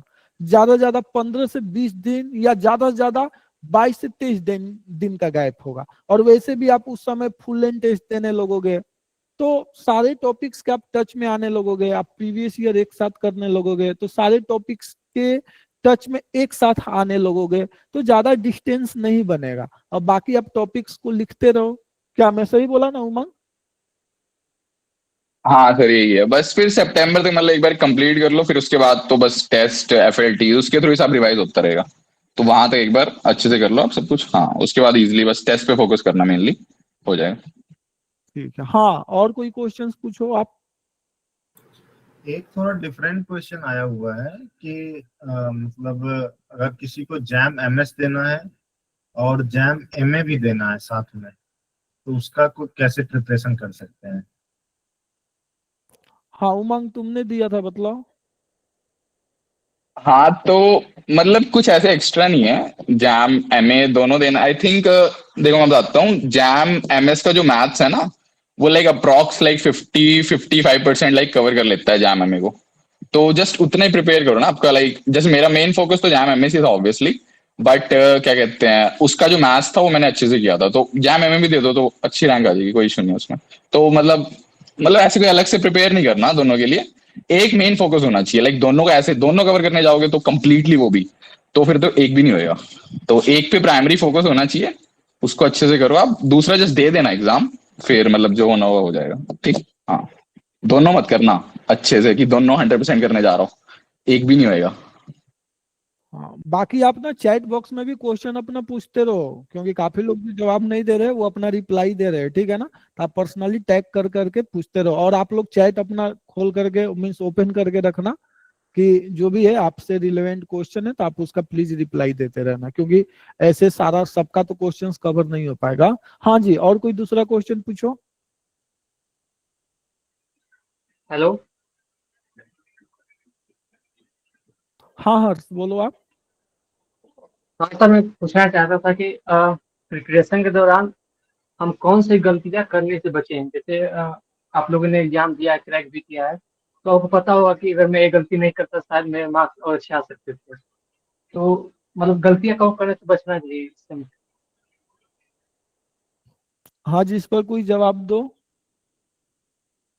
कोई बतलाओ।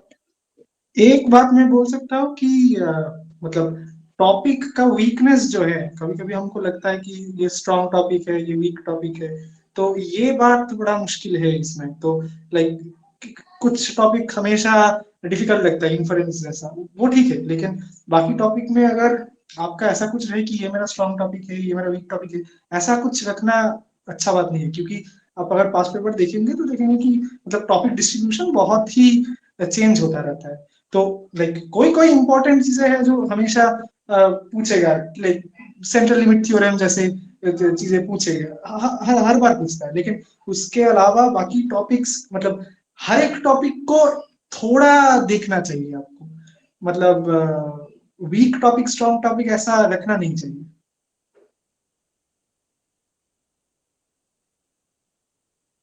ओके, और किसी को इसमें ऐड ऑन करना है? हाँ लाइक एक चीज ये है ना कि जैसे थर्ड ईयर स्टूडेंट्स है ना जो मेनली जैसे एग्जाम्स वगैरह जाते हैं, प्रैक्टिकल्स वगैरह जाते हैं, तो उसमें जैम पे आपका तब भी मेन फोकस होना चाहिए। मतलब आप जैम से रिलेटेड टाइम निकाल के कुछ ना कुछ करते रहो, मतलब ब्रेक नहीं आना चाहिए ज्यादा लंबा। तो ये मेन चीज है, फोकस करना है कि कंसिस्टेंट रहो जितना ज्यादा हो सकता है। बिकॉज ब्रेक आ जाएगा तो बहुत ज्यादा अब 2 हफ्ते का ब्रेक ले लिया, 3 हफ्ते का ब्रेक ले लिया तो मतलब बहुत इश्यूज आ जाएंगे। तो ट्राई करो जितना हो सकता है टच में रहो, या तो क्वेश्चंस करते रहो या मतलब लेक्चर्स देख लो। लेक्चर्स तो चलो इतना मुश्किल होता है थोड़ा देखना, क्वेश्चन सॉल्व कर सकते हो उस टाइम में ना, जब आपके सेम एग्जाम चल रहे हैं, रोज 1-2 घंटे निकाल के यार 20-25-30 क्वेश्चन करते रहो आप कंसिस्टेंटली, या प्रीवियस ईयर क्वेश्चन करते रहो ताकि टॉपिक से टच में रहो। ठीक है, तो ब्रेक नहीं होनी चाहिए, कंसिस्टेंसी ये मेन चीज है। तो इसमें एक चीज मैं आपके लिए ऐड कर देता हूँ कि यदि आपका एग्जाम चल रहा है ना, सेमेस्टर एग्जाम, तो उस टाइम में वैसे कंटेंट करो जिसको आपने पहले से कर रखा है, चाहे वो प्रीवियस ईयर हो या कोई बुक हो या कोई डीपीपी हो, लेकिन कोशिश करो कि क्वेश्चन ही करे। ठीक है ना? चलो, हाँ जी, और कोई कुछ बोलना चाहता है? सर हाँ, मेरा राजू। ये क्वेश्चन था कि टेस्ट इफेक्टिवली कैसे दें, मतलब कि पहले डीपीपी कंप्लीट करे वो टॉपिक का, फिर उसका टेस्ट दे, और डीपीपी कंप्लीट करने में बहुत टाइम लग रहा है सर, तो क्या करें मतलब? हाँ जी, कोई फेस किया है तो बतलाओ, डीपीपी करने में टाइम लग रहा है।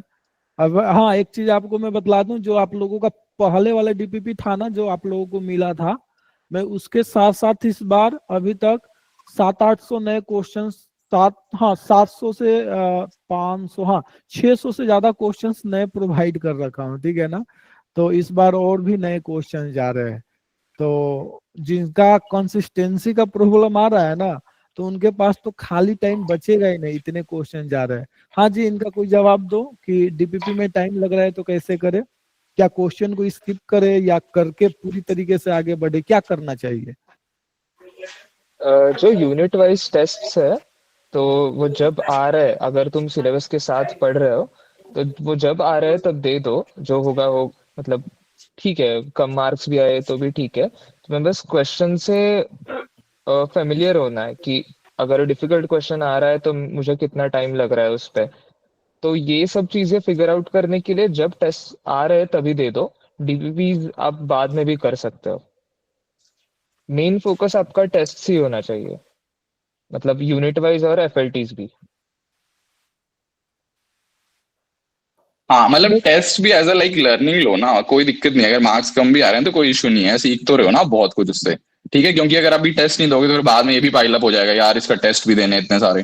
तो साथ दे दो, वो भी एक तरह से सीखो उससे कि क्या गलतियां कर रहे हो, नए क्वेश्चंस मिलेंगे और कॉन्सेप्ट्स क्लियर होंगे। क्योंकि टेस्ट दोगे तो आपका फोकस बहुत ज्यादा रहेगा, गलतियों पे भी बहुत फोकस करोगे, यार ये गलती होगी ये गलती होगी, तो आप उससे बहुत कुछ सीखोगे।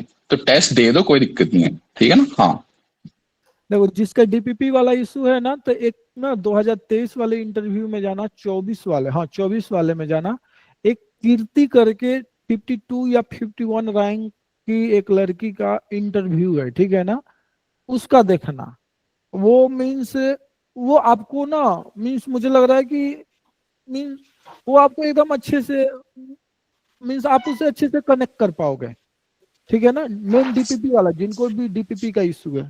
तो और कोई क्वेश्चंस पूछो जी। प्ले लिस्ट होगा, यूट्यूब चैनल पे जाना, प्ले लिस्ट होगा 2024 का, उसमें 52 या 51 रैंक होगा, कीर्ति नाम की लड़की होगी, उसका एक क्राती है, हाँ क्राती कुछ है। ठीक है ना? तो आप उसका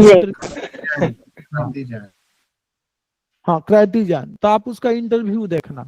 तो आप 100% जिसका भी डीपीपी वाला इशू है ना, आप 100% उसे कनेक्ट करोगे कि हाँ इसका जो प्रॉब्लम था वो सेम प्रॉब्लम मेरा भी है, तो कैसे हैंडल की। ठीक है ना? और मैं उसी के बेसिस पर आपको गाइड करता हूँ, जो भी मुझे कॉल करता है ना, तो मैं उसी के बेसिस पर गाइड करता हूँ, क्योंकि उसका इंटरव्यू में ही लिया था। तो हम कहेंगे अच्छा ये भी एक ऑप्शन है कि हाँ इस तरीके से भी डीपीपी किया जा सकता है। ठीक है ना? तो मैं उसी का आपको गाइड करता हूँ, उसी के स्टेटमेंट में आपको रिपीट करता हूँ आपके सामने। तो एक बार जाकर के देख लो, आपको भी लगेगा कि हाँ ये इन्होंने खुद किया है तो ये मैं भी कर सकता हूँ। हाँ, और कोई क्वेश्चन पूछो आप। सर मेरा एक क्वेश्चन हेलो है। सर। हेलो।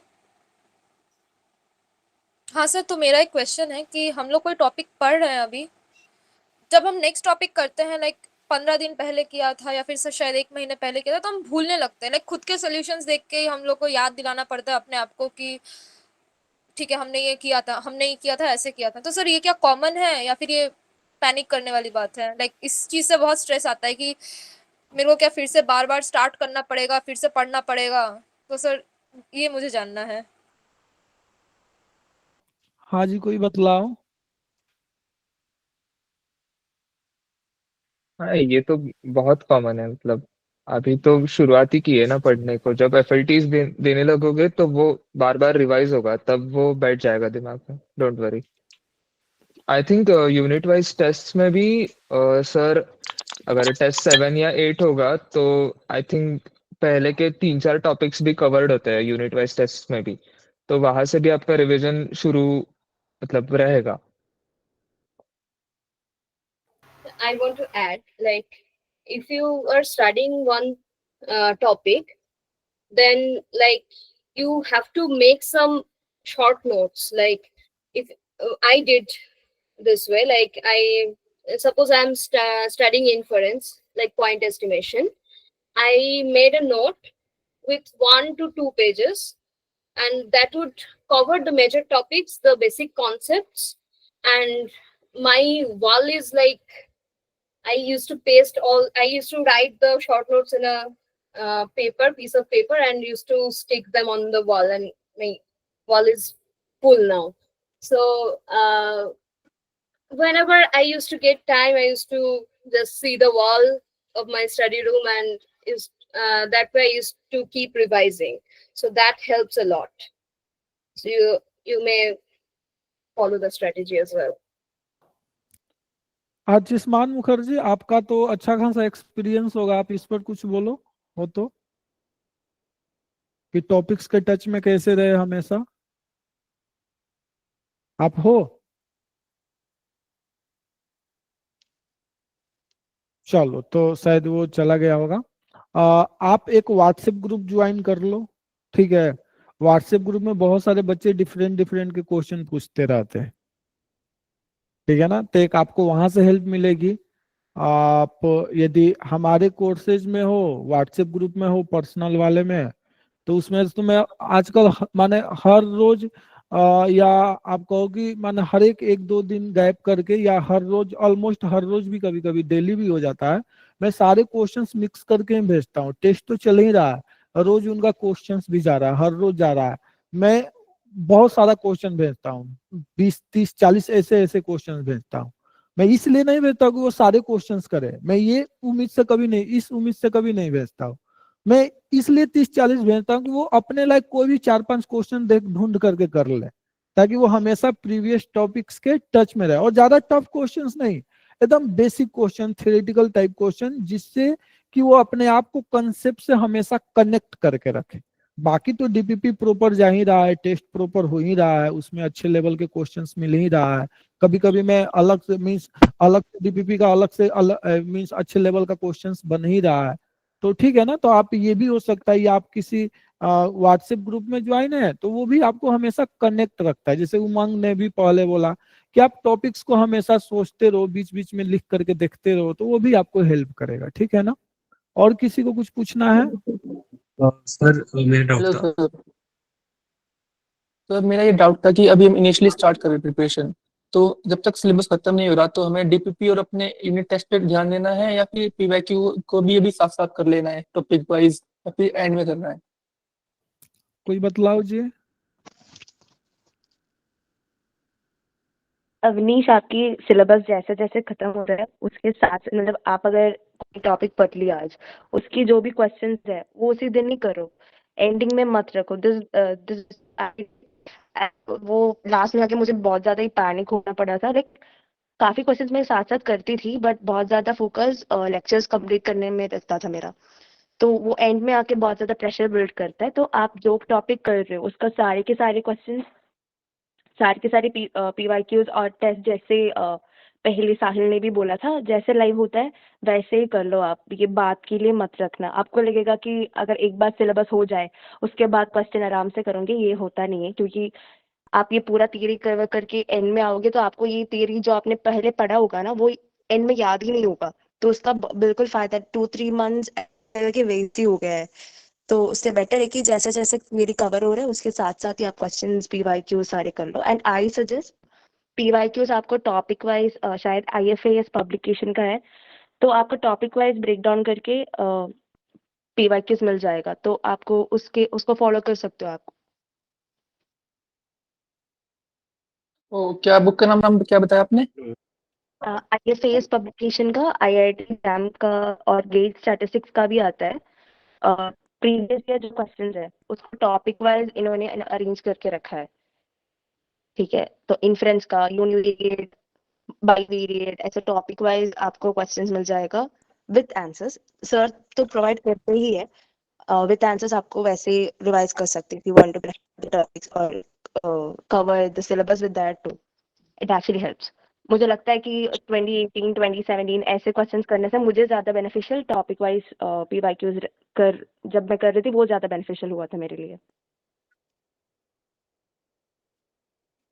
एक्चुअली मेरा 8-10 दिन से बैकलॉग चल रहा है। मेरा कभी बैकलॉग रहा नहीं, तो मुझे पता नहीं कि वो 5-6 क्लासेस 8-10 क्लासेस जो हैं वो कैसे कवर करूं, या मैं मतलब अभी जो चल रहा है उससे कवर करूं। मतलब प्लीज उसका गाइड करिए कि बैकलॉग कैसे कवर करें।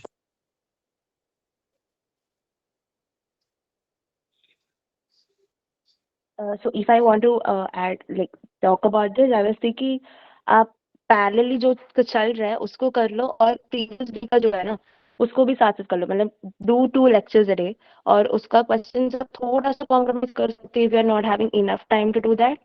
तो पैरेलली जो चल रहा है उसको करो और पहले एक दिन का कर लो। आपका अगर 8 दिन का है तो इन द नेक्स्ट 1 वीक आपका बैकलॉग कवर हो जाएगा। If you focus on covering the backlog first then come to the, मतलब वो बहुत ज्यादा मैसअप हो जाता है। पहले बैकलॉग करने का सोच ले तो वो हो मतलब डिफिकल्ट हो जाता है आपके लिए शायद। तो बेटर ये रहेगा कि लाइव जो हो रहा है उसको करो और उसके साथ साथ एक एक दिन का करके आप बैकलॉग्स भी कवर कर सकते हो। आपका कहना है कि जो लाइव हो रहा है ना उसमें प्रीवियस प्रीवियस डे का लेक्चर्स आपको रिकॉर्डेड अवेलेबल है ना, तो आप लाइव कर लो आज के हाँ, दिन बट का जैसे उसमें लेक्चर। प्रीवियस कनेक्टेड होता है ना। ओके, सो मेरे लिए तो ये ज्यादा प्रॉब्लमेटिक नहीं था। इफ समवन हैड बैकलॉग कैसे कवर किया था तो they can add on to this. But मुझे लगता है कि मैथ्स का आपका बैकलॉग हो गया तो आपको स्टैट्स का, अगर लाइव चल रहा है तो आप स्टैट्स का लाइव कर ही सकते हो, उसका क्वेश्चंस भी कर सकते हो और मैथ्स का जो प्रीवियस बैकलॉग था उसको साथ साथ कवर कर सकते हो।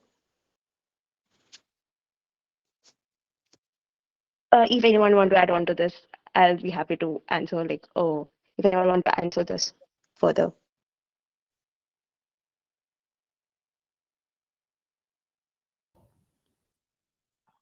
और कोई क्वेश्चन आप पूछिए। मुझे एक चीज पूछनी थी, लाइक एग्जाम प्रिपरेशन में क्या आप लोगों ने लाइक एक्स्ट्रा करिकुलर एक्टिविटीज रखी थी, जैसे कि कुछ स्पोर्ट्स हो गया या कुछ कॉलेज की सोसाइटी हो गया, या पूरा लाइक कंसंट्रेशन एग्जाम पे ही था?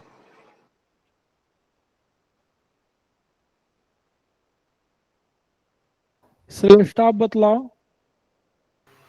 हाँ, तो I used to join societies and all. Like I didn't used to like involve very much, but like I'm not the one who always studies. So I used to like I learn recitation, so I have weekly classes for that. And so it depends on you. If you are sure that you can manage, then do it. And for me, only studying it doesn't work really, because I need some breaks. I need some like something to soothe my mind. So I used to handle both.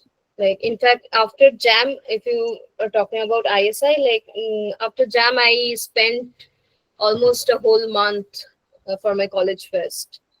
So I didn't study at all, and that's not good. I won't suggest anyone, but you should handle both if you're doing some extracurricular activities. मेरे according participate करते रहो, ठीक है, थोड़ा mood इधर उधर fresh होता रहेगा, ठीक है, क्योंकि हमेशा तो फेस्ट नहीं हो रहा है ना। हाँ, उसके पहले आपकी पढ़ाई अच्छी होनी चाहिए, ठीक है ना, फिर आप 3 दिन 4 दिन, माने ज्यादा 10 दिन तो लगातार होता नहीं है, 1 या 2 दिन ही होती है चीजें, ठीक है ना, हर रोज तो उतना टाइम देना नहीं होता है, तो आप पार्टिसिपेट कर सकते हो, ये अच्छा होता है, ठीक है ना।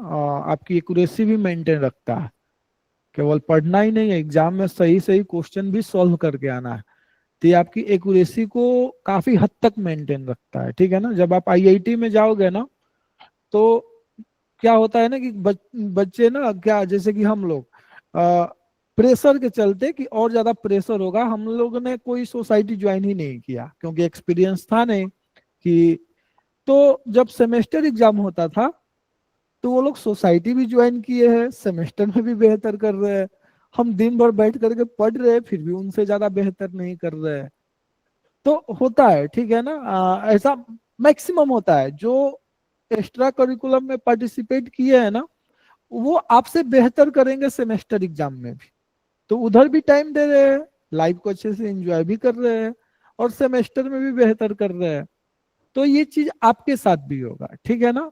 लेकिन हाँ, उसके पहले आपकी हर एक चीज कंप्लीट होना चाहिए, आपकी कंसिस्टेंसी मींस वो मेंटेन होनी चाहिए, आपके अंदर कॉन्फिडेंस होना चाहिए कि मेरा सब कुछ कंप्लीट है।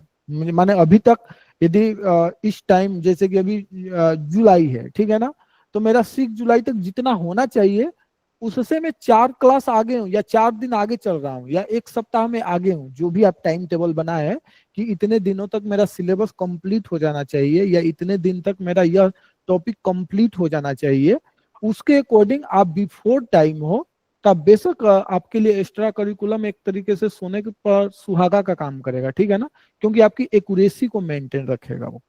हाँ जी, और कोई बतलाओ, पूछो, और कुछ पूछना है? सर ये मुझे पूछना,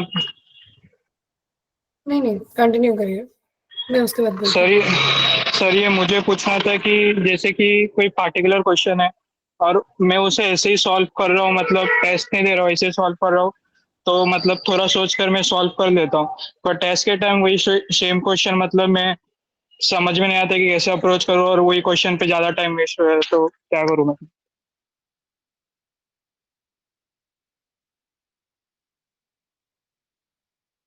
कोई बतलाएगा? बतलाओ जी।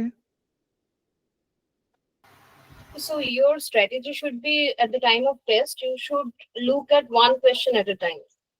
Like, you don't have to panic, like, what I have to do this number of questions, I have to do like whole part is left. You don't have to worry about that. Just solve one question at a time. Fix time. Like, I used to spend like you understand, like if you see a question, you understand like whether you have, you know, something about it, how you can proceed. So if you have spent say 1 minute on the question and you understand that you don't know anything about how to proceed, then leave it. But like, see one question at a time, and you have to control your mind, and you have to say yourself that it's just a mock test, it's just an exam, I'm just solving this question, I'm not giving an exam or something. Like, don't take the stress of an exam. Like, you have to focus on solving a question. You are learning something from that should be your focus. One more thing I'd like to add is that like you specifically mentioned something like वो एक ही question दूसरे बार दिख रहे हो test में नहीं हो रहा है, तो for that I would say don't get too excited if you like don't, मतलब ऐसा मत सोचो कि हर एक क्वेश्चन कॉमन ही होगा और सिर्फ कॉमन क्वेश्चन के ऊपर मतलब you can get the entire test based on just common questions. Even if you do get a common question, don't get too excited about it, because there is a good chance that there is a very small minor change in that question from the one you have done. Like सोचो expectation पूछा था, इस बार variance पूछ लिया, या something like that. Okay, and this goes both ways. If you look at a question that looks familiar to you, if you don't get too excited about it कि अच्छा ये तो मुझे पता है, ये मतलब 1 मिनट में करना चाहिए. So see you are putting some pressure on yourself that you know this is something known to me, I must do it in such and such time, and then you find out that twist eventually. So two things can happen: either you don't get that twist and you make the same mistake, or you do get the twist but by that time you are panicking. Okay, so don't take, like if you are giving a test, you look at something that looks familiar to you, उसे ज्यादा seriously मत लेना. अगर थोड़ा अलग भी है तो मतलब पैनिक भी नहीं करने, और अगर एकदम सिमिलर भी है तब भी केयरफुली पूरा पढ़ना है कि is there a twist, is there some minor change, maybe in the options, maybe in the format of the question, maybe in कुछ प्रीवियस मॉक टेस्ट में ये न्यूमेरिकल क्वेश्चन था, इस बार MCQ में है. Like very small things can change. ठीक है, क्योंकि लाइक अच्छे questions there are not many, like typical अच्छे questions, so you will find some common questions, but don't get too excited about common questions in both directions, negatively भी नहीं, positively भी नहीं. That's what I'd say. Okay, thank you sir. और आप question पूछिए. Hello sir, तो मेरा doubt ये था कि जैसे हम डीपीपी कर रहे हैं, अगर से कहीं अटक जा रहे हैं तो हमारा ध्यान ये होना चाहिए कि पूरा डीपीपी कवर करना चाहिए ऐसे ही करके, या फिर जितना हो पा रहा है उतना कर ले, बाकी ध्यान अपना पीवाईक्यू पर डाल दे.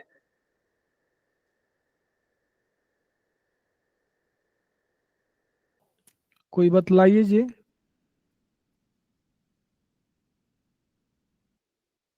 लाइक जो क्वेश्चन नहीं हो रहा है उनको छोड़ना तो नहीं चाहिए. लाइक आपको पता चलेगा ना कि आपने कहाँ, मतलब आप कहाँ लैग कर रहे हो, तो उस पर आप काम करोगे तो आप उसको इम्प्रूव कर पाओगे. आप directly like you know PYQ पे मूव कर जाओगे तो लाइक वो जो ब्लॉक है दिमाग में, लाइक आपको ये पता नहीं है टॉपिक के बारे में, वो हमेशा रहेगा.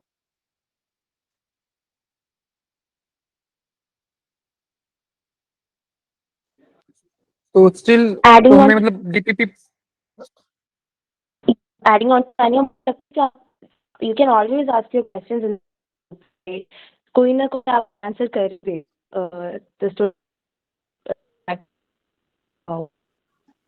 कोई भेज सकते हो. और इधर I would Any of the especially say अगर faculty. if you have a backlog, if you have a, yeah, if you have a backlog in some topic, you can see what is being discussed in group or etc. Then you can get an idea, oh, this is a hard question in whatever topic you have a backlog in. So that will help you accelerate.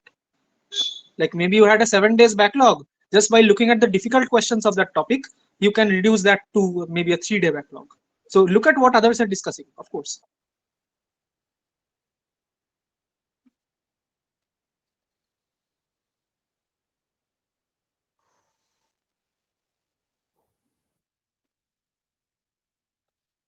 और आप question पूछो, किसी को और कुछ ना है.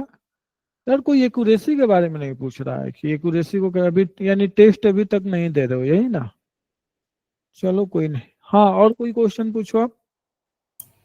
What would be the best time to finish the entire syllabus by? I know it doesn't matter because question solving and I think paper solving is more important. But by what month did you guys finish at least like one or say like 2 revisions of the syllabus to get a good hang on your mock test and start scoring well in that sense as well?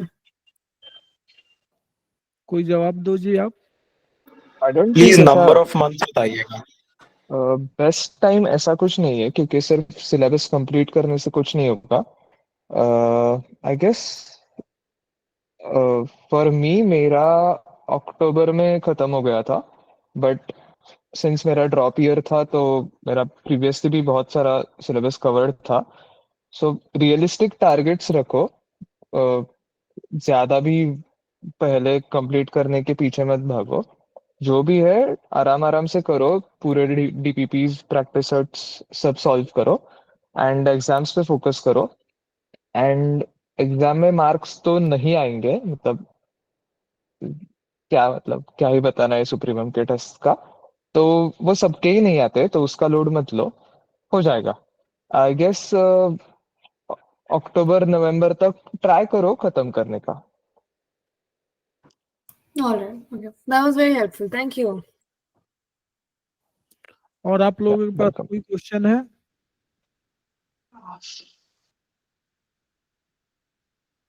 Sir मैं DPP solve कर रहा हूँ तो मैं ना rough में solve मतलब question rough में सॉल्व कर रहा हूँ और छोड़ दे रहा हूँ, मतलब वो आगे सॉल्यूशन की तरह मतलब लिख के रख नहीं रहा हूँ, तो आंसर आने के बाद मैं सॉल्यूशन कहाँ से सेव नहीं कर रहा हूँ, तो मैं क्या वो एक बुक में सब डीपीपी का आंसर ऐसे लिख के सॉल्यूशन वाइज जाके मतलब रखना चाहिए क्या? हाँ जी, इसका कोई जवाब दो अच्छे से। हर एक क्वेश्चन हर एक सोल्यूशन का एक तो की स्टेप रहेगा ना, जो मतलब एकदम रूटीन कैलकुलेशन नहीं है, तो उसको तो डेफिनेटली नोट डाउन करना चाहिए। पूरा सोल्यूशन लिखोगे तो बहुत टाइम लग जाएगा, बट एटलीस्ट एक दो की स्टेप्स ऑफ कोर्स लिखना चाहिए, क्योंकि वही होगा like again if you see the same question twisted, तो वो की स्टेप सेम होना चाहिए।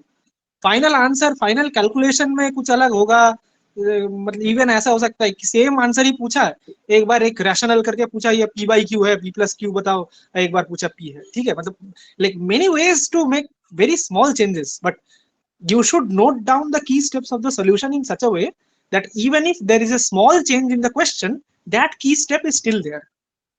So at least that you should definitely note down. I'll suggest rough में तो बिल्कुल ही मत करो, एक बुक फिक्स करो जहाँ पे तुम्हारे स्ट्रक्चर्ड सॉल्यूशंस है। सो अगर वो क्वेश्चन फिर से आए तो यू कैन रेफर। रफ में किया तो बाद में कुछ पता चलेगा कहाँ गया पता नहीं, सो इट्स बेटर कि सेपरेट बुक बनाओ, डीपीपी के लिए सेपरेट बुक, टेस्ट के लिए separate book.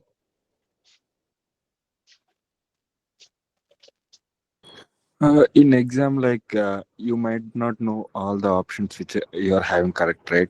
So how did you have your mindset then in the exam hall?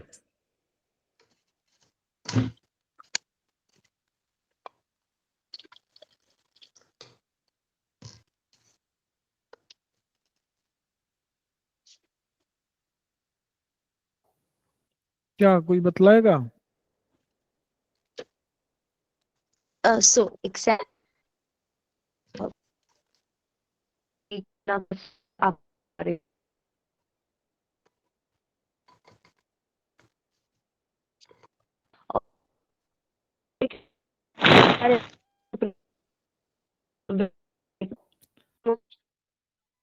ये नेटवर्क इशू है लेना का, और कोई बतलाओ।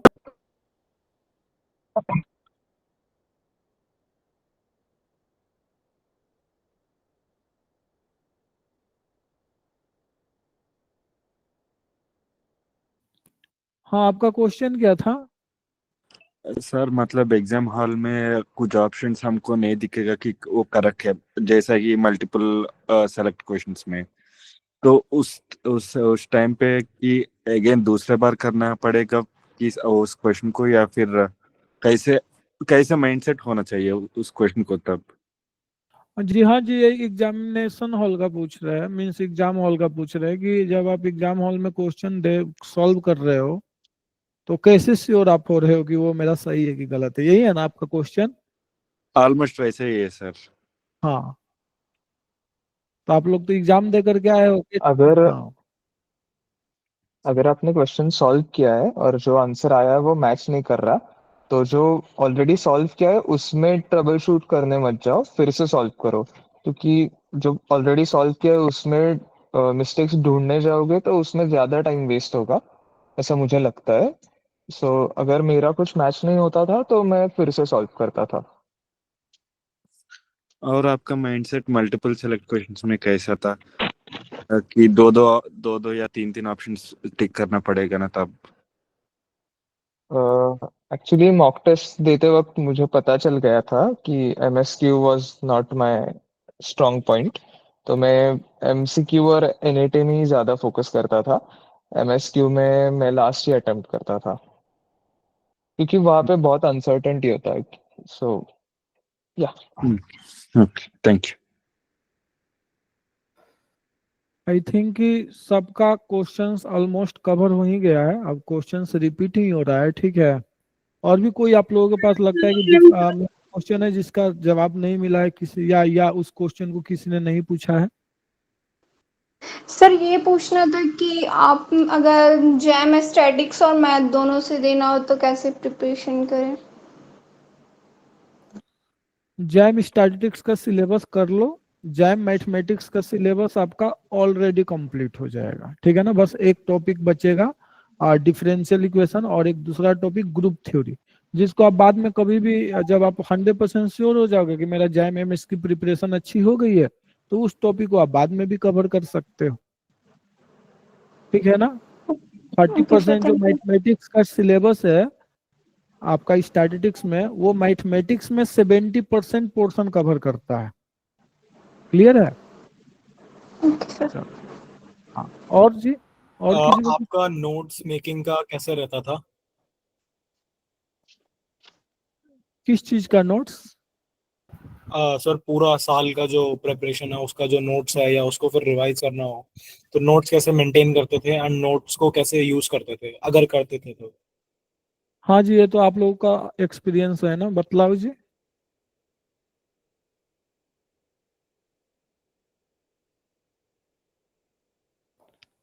कोई नोट्स बनाया था ना, आप लोग नोट्स को कैसे देखते थे? As I told you, I used to make short notes for quick revisions. And like, suppose, like for example, you're again studying point estimation. Just make a 2-page notes that which explains what's unbiasedness is. Some typical examples like an estimator which is unbiased but not MLE. Keep thinking those in mind time to time. And for notes, like you should have a short note, I guess, for quick revisions, and you may have some cheat sheets for formulae, so that might help. Okay, thank you. हाँ, मुझे ये पूछना था कि NET type questions को कैसे approach करना चाहिए उसमें ज्यादा से ज्यादा मार्क्स स्कोर करने के लिए।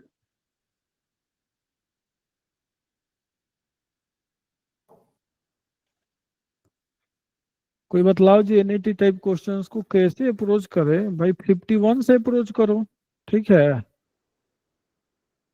51 से 60 पहले ट्राई करो। यदि आप पहले ही बार में अप्रोच कर रहे हैं मीन्स एनईटी को, माने पहले ही आप एनईटी ही करना चाहते हैं, तो 41 से ट्राई करो।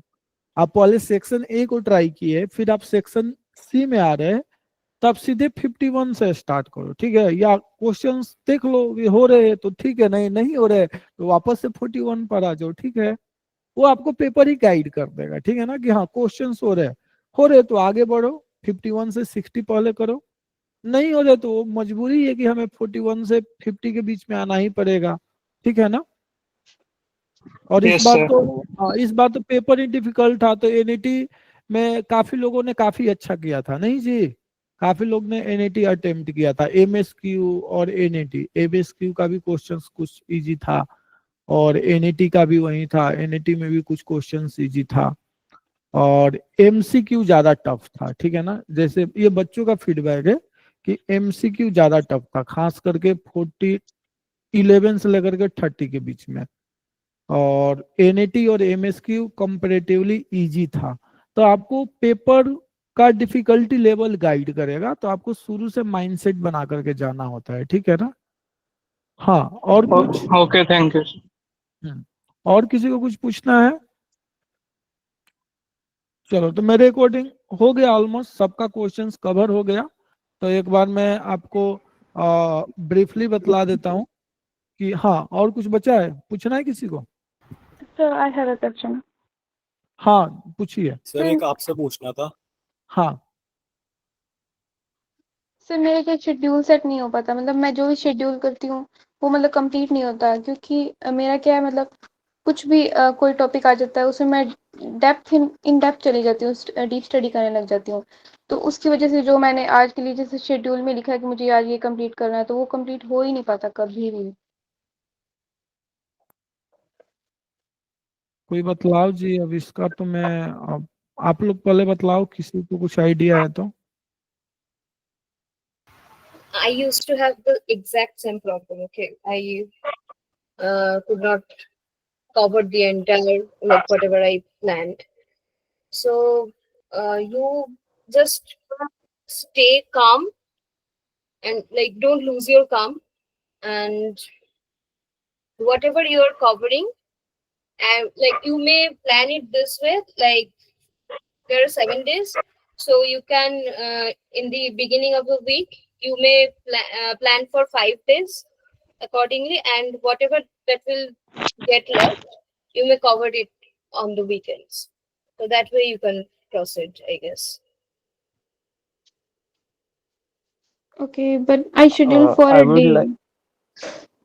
like to add कि अगर तुम संडेज को टेस्ट दे रहे हो and Monday through Saturday study कर रहे हो तो सिर्फ मंडे टू फ्राइडे तक का शेड्यूल बनाओ और सैटरडे को बफर डे रखो। जो भी बच रहा है वो सैटरडे में कंप्लीट करने का ट्राई करो। तो थोड़ा बफर टाइम भी रखो खुद के लिए। ओके, मतलब मेरा ऐसा है, मतलब मैंने वीकली मतलब प्लान नहीं करती, मैं डे वाइज प्लान करती हूँ कि आज के दिन में मतलब क्या करना है मुझे, तो उसके अकॉर्डिंग पूछा नहीं मैंने। एक दिन का तुम प्लान बना के गलत कर रहे हो ना। आप एक सप्ताह का मीन्स कम से कम 5 डेज का प्लान बनाओ, ठीक है ना, तब जाकर के प्रेशर नहीं होगा। जैसे कि कोई एक टॉपिक है, सपोज दैट मैं लेता हूँ इंटीग्रल कैलकुलस, तो जब आपको लगता है कि नहीं मैं ज्यादा डेप्थ में चली जा रही हूँ, तो जैसे कि इंटीग्रल कैलकुलस यदि एवरेज स्टूडेंट्स की बात किया जाए, मैं एक एवरेज में टाइम टेबल लेता हूं तो वो 7 डेज में कंप्लीट हो जाता है, ठीक है ना। तो आप 7 डेज के बदले उसको 9 डेज कर दो कि मैं इसको 9 डेज में अच्छे से कंप्लीट कर लूंगी, और उसके अकॉर्डिंग पहले आप लिख करके देखो कि आपको पूरे सिलेबस में कितना टाइम लग रहा है। ऐसा ना हो कि 2-3 दिन बढ़ाते बढ़ाते ये दिसंबर में चला जाए। नहीं, आपका 15 सितंबर तक सिलेबस जा रहा है तो 15 सितंबर ठीक है, कोई बात नहीं, हम 2 दिन और भी एक्स्ट्रा टाइम ले सकते हैं या एक दिन और एक्स्ट्रा टाइम ऐड कर सकते हैं, तो चलो 9 को बदले 10 कर देते हैं। तो पहले एक पूरा टाइम टेबल बनाओ पर टॉपिक देख करके कि यदि मैं मैक्सिमम से मैक्सिमम टाइम दे रही हूँ तो मेरा सिलेबस कहाँ तक जा रहा है। तो इससे आप पैनिक नहीं करोगे, आपके अंदर एक पेशेंस रहेगा। पूरा टॉपिक्स को जब डेप्थ में जाने की आदत है तो आप डेप्थ में भी जाओगे और एक समय के बाद निकल जाओगे, या ऐसे करते करते आपको खुद एक एक्सपीरियंस हो जाएगा कि नहीं एक काम मैं पहले करती हूँ, पहले मैं सिलेबस को कंप्लीट कर लेता हूँ, फार्मूला बेस्ड क्वेश्चंस कर लेते हैं, रिजल्ट्स बेस्ड पहले क्वेश्चंस कर लेते हैं, थोड़ा प्रूफ देख लेते हैं, थ्योरम्स का देखने का मन है तो पहले क्वेश्चंस को कुछ कर लेते हैं 15, 20, 30, 40 या कुछ पीवाईक्यू कर लेते हैं, तब जाकर के अब मेरे पास और अभी मेरे पास 4 डेज और बचा, अब आप आराम से डेप्थ में जाते रहो, अब कोई दिक्कत नहीं है। ठीक है, हाँ, तो आप ऐसे कर सकते हो। तो आप पहले लिखो, उसको लिख करके देखो, वो आपको खुद टाइम टेबल आपको अच्छे से गाइड करेगा कि आपको कितना डेप्थ में जाना है, कितना डेप्थ में नहीं जाना है, और उस डेप्थ से बाहर कैसे निकलना है। ठीक है ना, चलो। Yes sir. हाँ, और कुछ बोलो, और किसी को कुछ पूछना है? सर मेरा क्वेश्चन था, हाँ पूछिए। मैं एक्चुअली आईआईटी और आईएसआई दोनों के लिए कर रही हूँ, एंड आईएसआई मेरा मेन फोकस था। सो मैं कभी भी कोई टॉपिक करती हूँ तो मुझे बार बार वो लगता है कि मैंने किसी एक्स्ट्रा बुक से सब्जेक्टिव अप्रोच से उस टॉपिक को नहीं करा है। सो वो साथ साथ कवर करना जरूरी है, या फिर वो आईआईटी और आईएसआई के बीच में जो गैप है उसमें सब्जेक्टिवली वो कवर हो जाता है बुक से? तो पहले ये मतलब आपका कॉलेज कैसा, कॉलेज में रेगुलर पढ़ाई होती है, बेहतर होती है? नहीं, ड्रॉप ईयर है sir. Drop year means college कैसा रहा, कॉलेज का एक्सपीरियंस कैसा रहा? सर इको ऑनर्स करी थी मैंने, तो अलग ही है बिल्कुल। अलग ही है ना। तो पहले आप जैम में एक सीट सिक्योर करो, ठीक है। जब जैम हो जाए तो उसके पास आपके पास 4 से 5 महीना बचेगा, 3 मंथ तो मिनिमम अच्छे से बचेगा, 90 डेज उतना मोर देन सफिशिएंट होगा आपके लिए, ठीक है ना।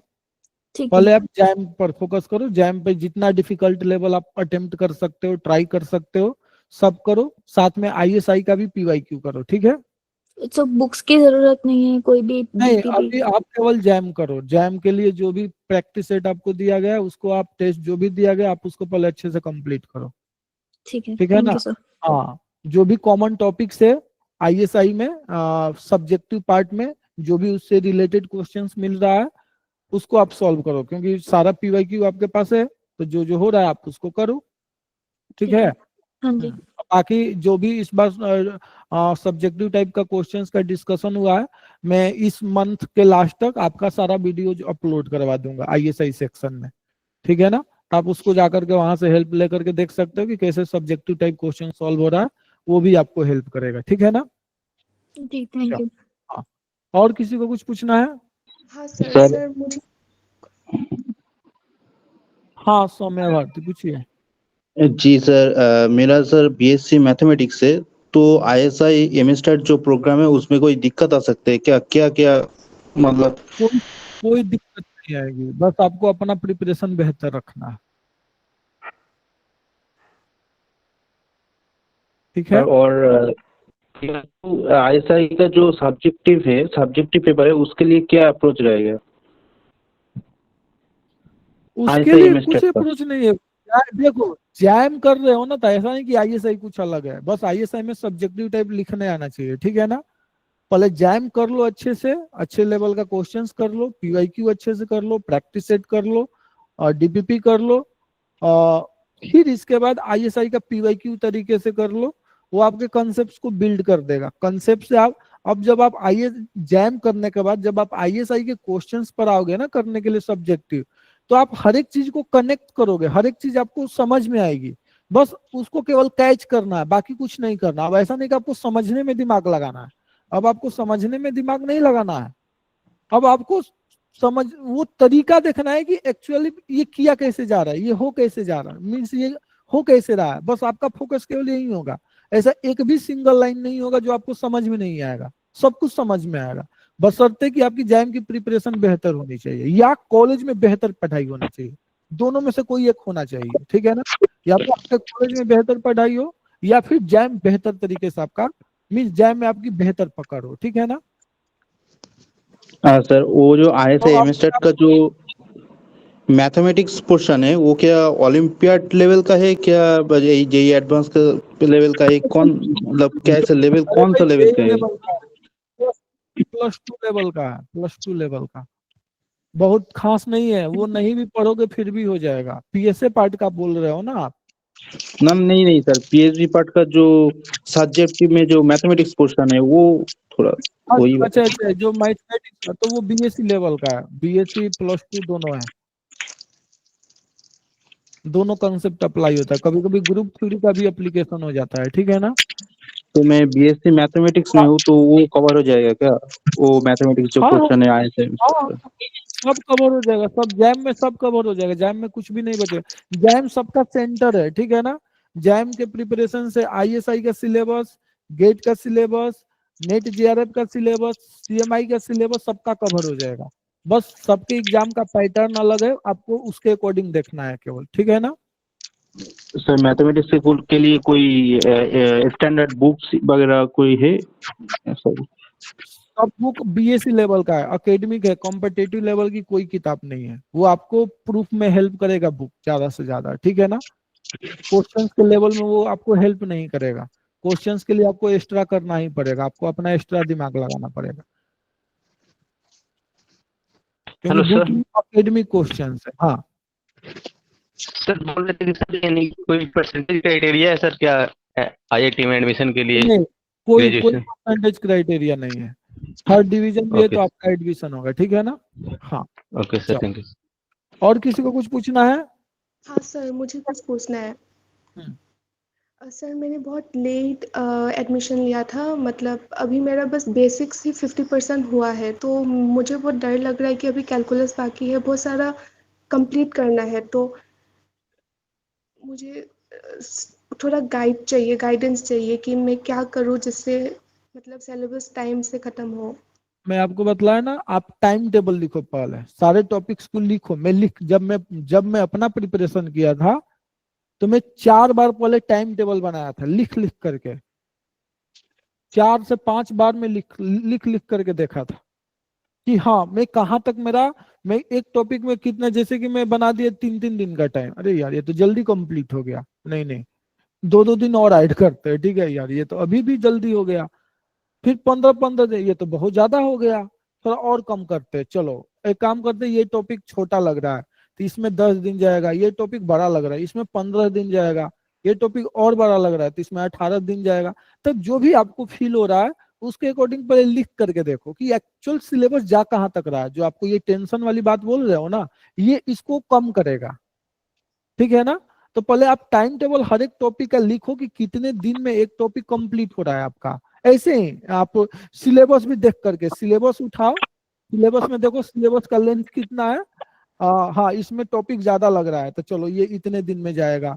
ये तो आपने पढ़ा भी होगा तो वहां से भी एक आइडिया होगा, ठीक है ना। या मैं लेक्चर्स लिया हूँ आवर्स, यदि आप कहीं मेरे पास ज्वाइन हो कहीं और भी ज्वाइन हो तो वो नंबर ऑफ लेक्चर्स लिए वहां से भी आपको आइडिया लगेगा। जैसे कि मैं किसी टॉपिक्स को मान लो कि 30 आवर्स में कंप्लीट किया हूँ तो आपको ये अंदाजा है कि अच्छा सर ने 30 आवर्स कंप्लीट किया। यदि मैं रोज 10 घंटा पढ़ती हूँ तो मेरा 3 दिन में ही कंप्लीट हो गया। चलो सर का नॉलेज है, सब कुछ दिमाग में है तो वो केवल लिखे है, समझा है। तो मेरा 4 टाइम ज्यादा लगेगा तो 4 से मल्टीप्लाई कर दो तो मेरा 12 डेज का टाइम लगेगा, इससे तो ज्यादा नहीं जाएगा। तो आप ऐसे करके पहले लिख करके देखो, फिर देखो कि सिलेबस कहाँ तक जा रहा है, 15 सितंबर तक जा रहा है कि 15 अक्टूबर तक जा रहा है कि 15 नवंबर तक जा रहा है, ठीक है ना।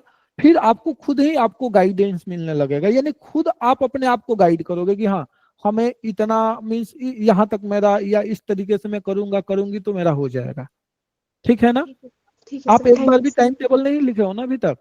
नहीं सर, अभी नहीं, तक नहीं। इसलिए ऐसा हो रहा है ना, आपको पता ही नहीं है कि ये खत्म कहाँ होगा, आपको उसका एंड पता ही नहीं है। तो पहले एंड, फिर जब कोई भी प्रोजेक्ट होता है ना तो वो टाइम टेबल दिया जाता है कि आपको इस प्रोजेक्ट को 6 मंथ में कंप्लीट करना है, 1 मंथ में कंप्लीट करना है। या जब दुर्गा जी का पंडाल बनता है, दशहरा आने वाला है, ठीक है, तो जब पंडाल बनता है तो उनको पता रहता है कि सप्तमी को दुर्गा माँ का पट खुलने वाला है 7 जुलाई को या 7 अक्टूबर को। तो 7 अक्टूबर के ना पहले देखना ना, यदि आप 5 अक्टूबर को जाओगे ना तो ऐसा लगेगा कि 30% भी काम नहीं हुआ है। लेकिन आप जब 7 अक्टूबर को सुबह में जाओगे तो पूरा का पूरा काम कंप्लीट हो चुका है, क्योंकि उनको पता है कि कहाँ पर मुझे ज्यादा टाइम लगाना है और कहाँ पर कॉम्पैक्ट टाइम लगाना है, ठीक है ना। तो उनको हर एक चीज पता है, तो आप भी पहले हर एक चीज लिख करके देखो तब आपको भी पता हो जाएगा, ठीक है ना। ओके सर, चलो, थैंक यू सर। हाँ, और किसी को कुछ पूछना है?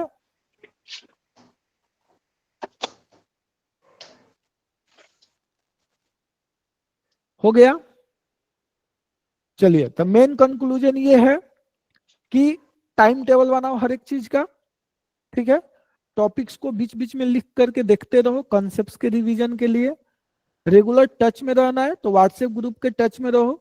हर एक बच्चा हर एक टॉपिक डिफरेंट टॉपिक्स पढ़ रहा है, वो ग्रुप में कोई डिफरेंशियल कैलकुलस का क्वेश्चन सेंड कर रहा है, कोई इंटीग्रल का, तो कोई यूनिवेरिएट का, तो कोई इन्फ्रेंस का, तो कोई ज्वाइंट डिस्ट्रीब्यूशन का, तो कोई सेंट्रल लिमिट थ्योरम का, तो कोई चेबीशेव इनइक्वालिटी का, तो कोई एमजीएफ का, कोई मल्टीनोमियल का, कोई बायस्ड अनबायस्ड एस्टिमेटर का, तो कोई टेस्टिंग का, तो कोई रियल एनालिसिस का, कोई कन्वर्जेंस का।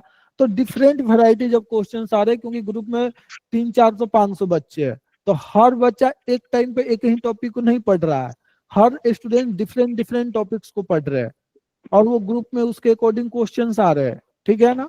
दूसरा है टेस्ट में भी पीछे के सारे टॉपिक्स कवर रहते हैं एक टेस्ट में, तो वो भी आपको रिवाइज कराएगा। तो ये है। तीसरा है वो माइक को म्यूट करो, किसी का ऑन है। तीसरा है कि आप एक्यूरेसी को कैसे मेंटेन करो। तो एक्यूरेसी का सबसे बेस्ट तरीका है टेस्ट। जब टेस्ट दोगे तो आपको अपना वीकनेस पॉइंट पता चलेगा कि आप कहाँ पर वीक हो रहे हो और उस पर क्या काम किया जाए, किस तरीके से काम किया जाए। तो हर एक किसी का केस अलग अलग होता है, तो इसको जनरलाइज वे में बतला पाना मुश्किल है कि हाँ किसका क्या है। जब आप टेस्ट दोगे तो ये आपको खुद ही पता चलेगा कि हाँ मुझे यहाँ पर मैं वीक हूँ, मुझे यहाँ पर टाइम देने की जरूरत है, या 1+1 3 भी हो जा रहा है, इसके लिए क्या किया जाए। तो इसके लिए अलग से कुछ अलग करना होता है। जब टॉपिक्स कंप्लीट नहीं है या डिफिनीशन अच्छे से कंप्लीट नहीं है या डिफिनीशन जानते हो फिर भी गलती हो रहा है, दैट मीन्स कि आप डिफिनीशन के हर एक टर्म को अच्छे से ब्रेक डाउन नहीं किए हो, उसको अच्छे से स्प्लिट करके हर एक वर्ड हर एक कंडीशंस के बेस पर आपने अभी तक क्वेश्चंस अटेम्प्ट नहीं किया है, इसलिए अभी तक आपका डिफिनीशन पर पकड़ नहीं बना है। तो इसके लिए क्या किया जाए, तो ये सारी चीजें हैं। और सेमेस्टर एग्जाम के साथ साथ जैम प्रिपरेशन को कैसे मैनेज किया जाए, तो उस ड्यूरेशन में, जैसे कि आपका एग्जाम मान लो कि 1 अगस्त से मान लो, ठीक है ना, तो आज आपको यदि आप रेगुलर कॉलेज कर रहे हैं, यदि आपका कॉलेज में बेहतरीन पढ़ाई हो रहा है, आप रेगुलर क्लास जा रहे हैं, तो मुझे लग रहा है कि 15 जुलाई से भी लगोगे तो कवर कर लोगे। 15 जुलाई से भी लग जाते हो तो कवर कर लोगे। तो सर उस बीच में क्या जैम प्रिपरेशन, आईएसआई प्रिपरेशन छोड़ दे? नहीं, उस फेज में जब आपके एग्जाम में गैप है, ऑब्वियस सी बात है गैप रहेगा ही रहेगा, आप रैंडमली पीवाईक्यू के क्वेश्चन उठा करके जो आप टॉपिक्स पढ़ चुके हो, नया टॉपिक्स नहीं पढ़ना है, क्योंकि कोई फायदा ही नहीं होगा, क्योंकि आपका फोकस ही नहीं बनेगा। बिना फोकस के पढ़ाई करने का क्या फायदा? इससे अच्छा जो आप किए हो उसी के टच में रहो, जो आपने बुक किया है उसको करने बैठ जाओ, कुछ क्वेश्चंस कर लो, या व्हाट्सएप ग्रुप खोल लो, देखो आपके टॉपिक से कौन कौन से क्वेश्चंस आए हैं, उसको एक बार देख लो, आधा 1 घंटा 2 घंटा 2.5 घंटे का टाइम निकाल करके, ठीक है। यदि आपके कॉलेज में बेहतर तरीके से नहीं हो रही ये चीजें, एक रेगुलर रूटीन के अकॉर्डिंग नहीं हो रही है, तो ऑब्वियस बात है कि आप 1 जुलाई से लग जाओगे या इसके पहले से भी लग सकते हो। तो हर एक किसी का अलग अलग चीज है, किसी का कॉलेज बेहतर चल रहा है, तो जिसका बेहतर कॉलेज चल रहा है उसको ज्यादा कुछ करने की जरूरत ही नहीं है, वो डायरेक्ट डीपीपी उठा सकता है, डायरेक्ट ही क्वेश्चंस कर सकता है, ठीक है ना। किसी के कॉलेज में बेहतर तरीके से चीजें नहीं चल रही है। अब आप रामकृष्ण मिशन के कॉलेज को ड्यू से कंपेयर नहीं कर सकते हो। आप जेवीएस कोलकाता के कॉलेज, कोलकाता जेवीएस के कॉलेज को आप ड्यू के कॉलेज से कंपेयर या बीएचयू से कंपेयर नहीं कर सकते हो, ठीक है ना, वो अलग लेवल पर चल रहे हैं, ठीक है ना। उसके कंपेयर में यहाँ 30% भी चीजें नहीं हो रही है, तो आपको उसके अकॉर्डिंग अपने आप को मैनेज करना होगा। कोलकाता के बच्चे ज्यादा सिंसियर होते हैं, बाकी आप लोग खाली टाइम पर मस्ती करते हो, वो लोग खाली टाइम पर पढ़ाई भी करते हैं और मस्ती भी करते हैं, दोनों करते हैं। मैं मस्ती से मुझे प्रॉब्लम नहीं है, आप केवल मस्ती करते हो, यहाँ पर दिक्कत आ जाती है। तो आप कैसे कॉम्पिटिट करोगे हर एक चीज में, ठीक है ना। तो बहुत सारी चीजें है, ठीक है ना। वहां बेहतर तरीके से प्रोफेसर पढ़ा रहे, रेगुलर बच्चे क्लास जा रहे, अलग माहौल है। हाँ, यहाँ पर आपके क्लास में कोई यूपीएससी कर रहा है, तो कोई एसएससी कर रहा है, तो कोई ग्रुप डी की तैयारी कर रहा है, तो कोई ग्रुप सी की तैयारी कर रहा है, कोई डिफिनिट पैटर्न ही नहीं है। लेकिन कोलकाता के जितने भी स्टूडेंट्स है, चाहे रामकृष्ण मिशन के हो, जेवीएस के हो, प्रेसिडेंसी के हो, आशुतोष कॉलेज के हो, 90% स्टूडेंट्स का टारगेट एक ही है, हायर एजुकेशन। उनका गोल एक ही है, हायर, भले अलग अलग एंट्रेंस एग्जाम है, लेकिन उनका गोल हायर एजुकेशन है। तो इसलिए वहाँ एक अलग सा माहौल है, एक वहाँ अलग से इन्वायरमेंट है, वो भी उनको हेल्प करता है अपने आप को बूस्ट करने में, अपने आप को एक्सप्लोर करने में।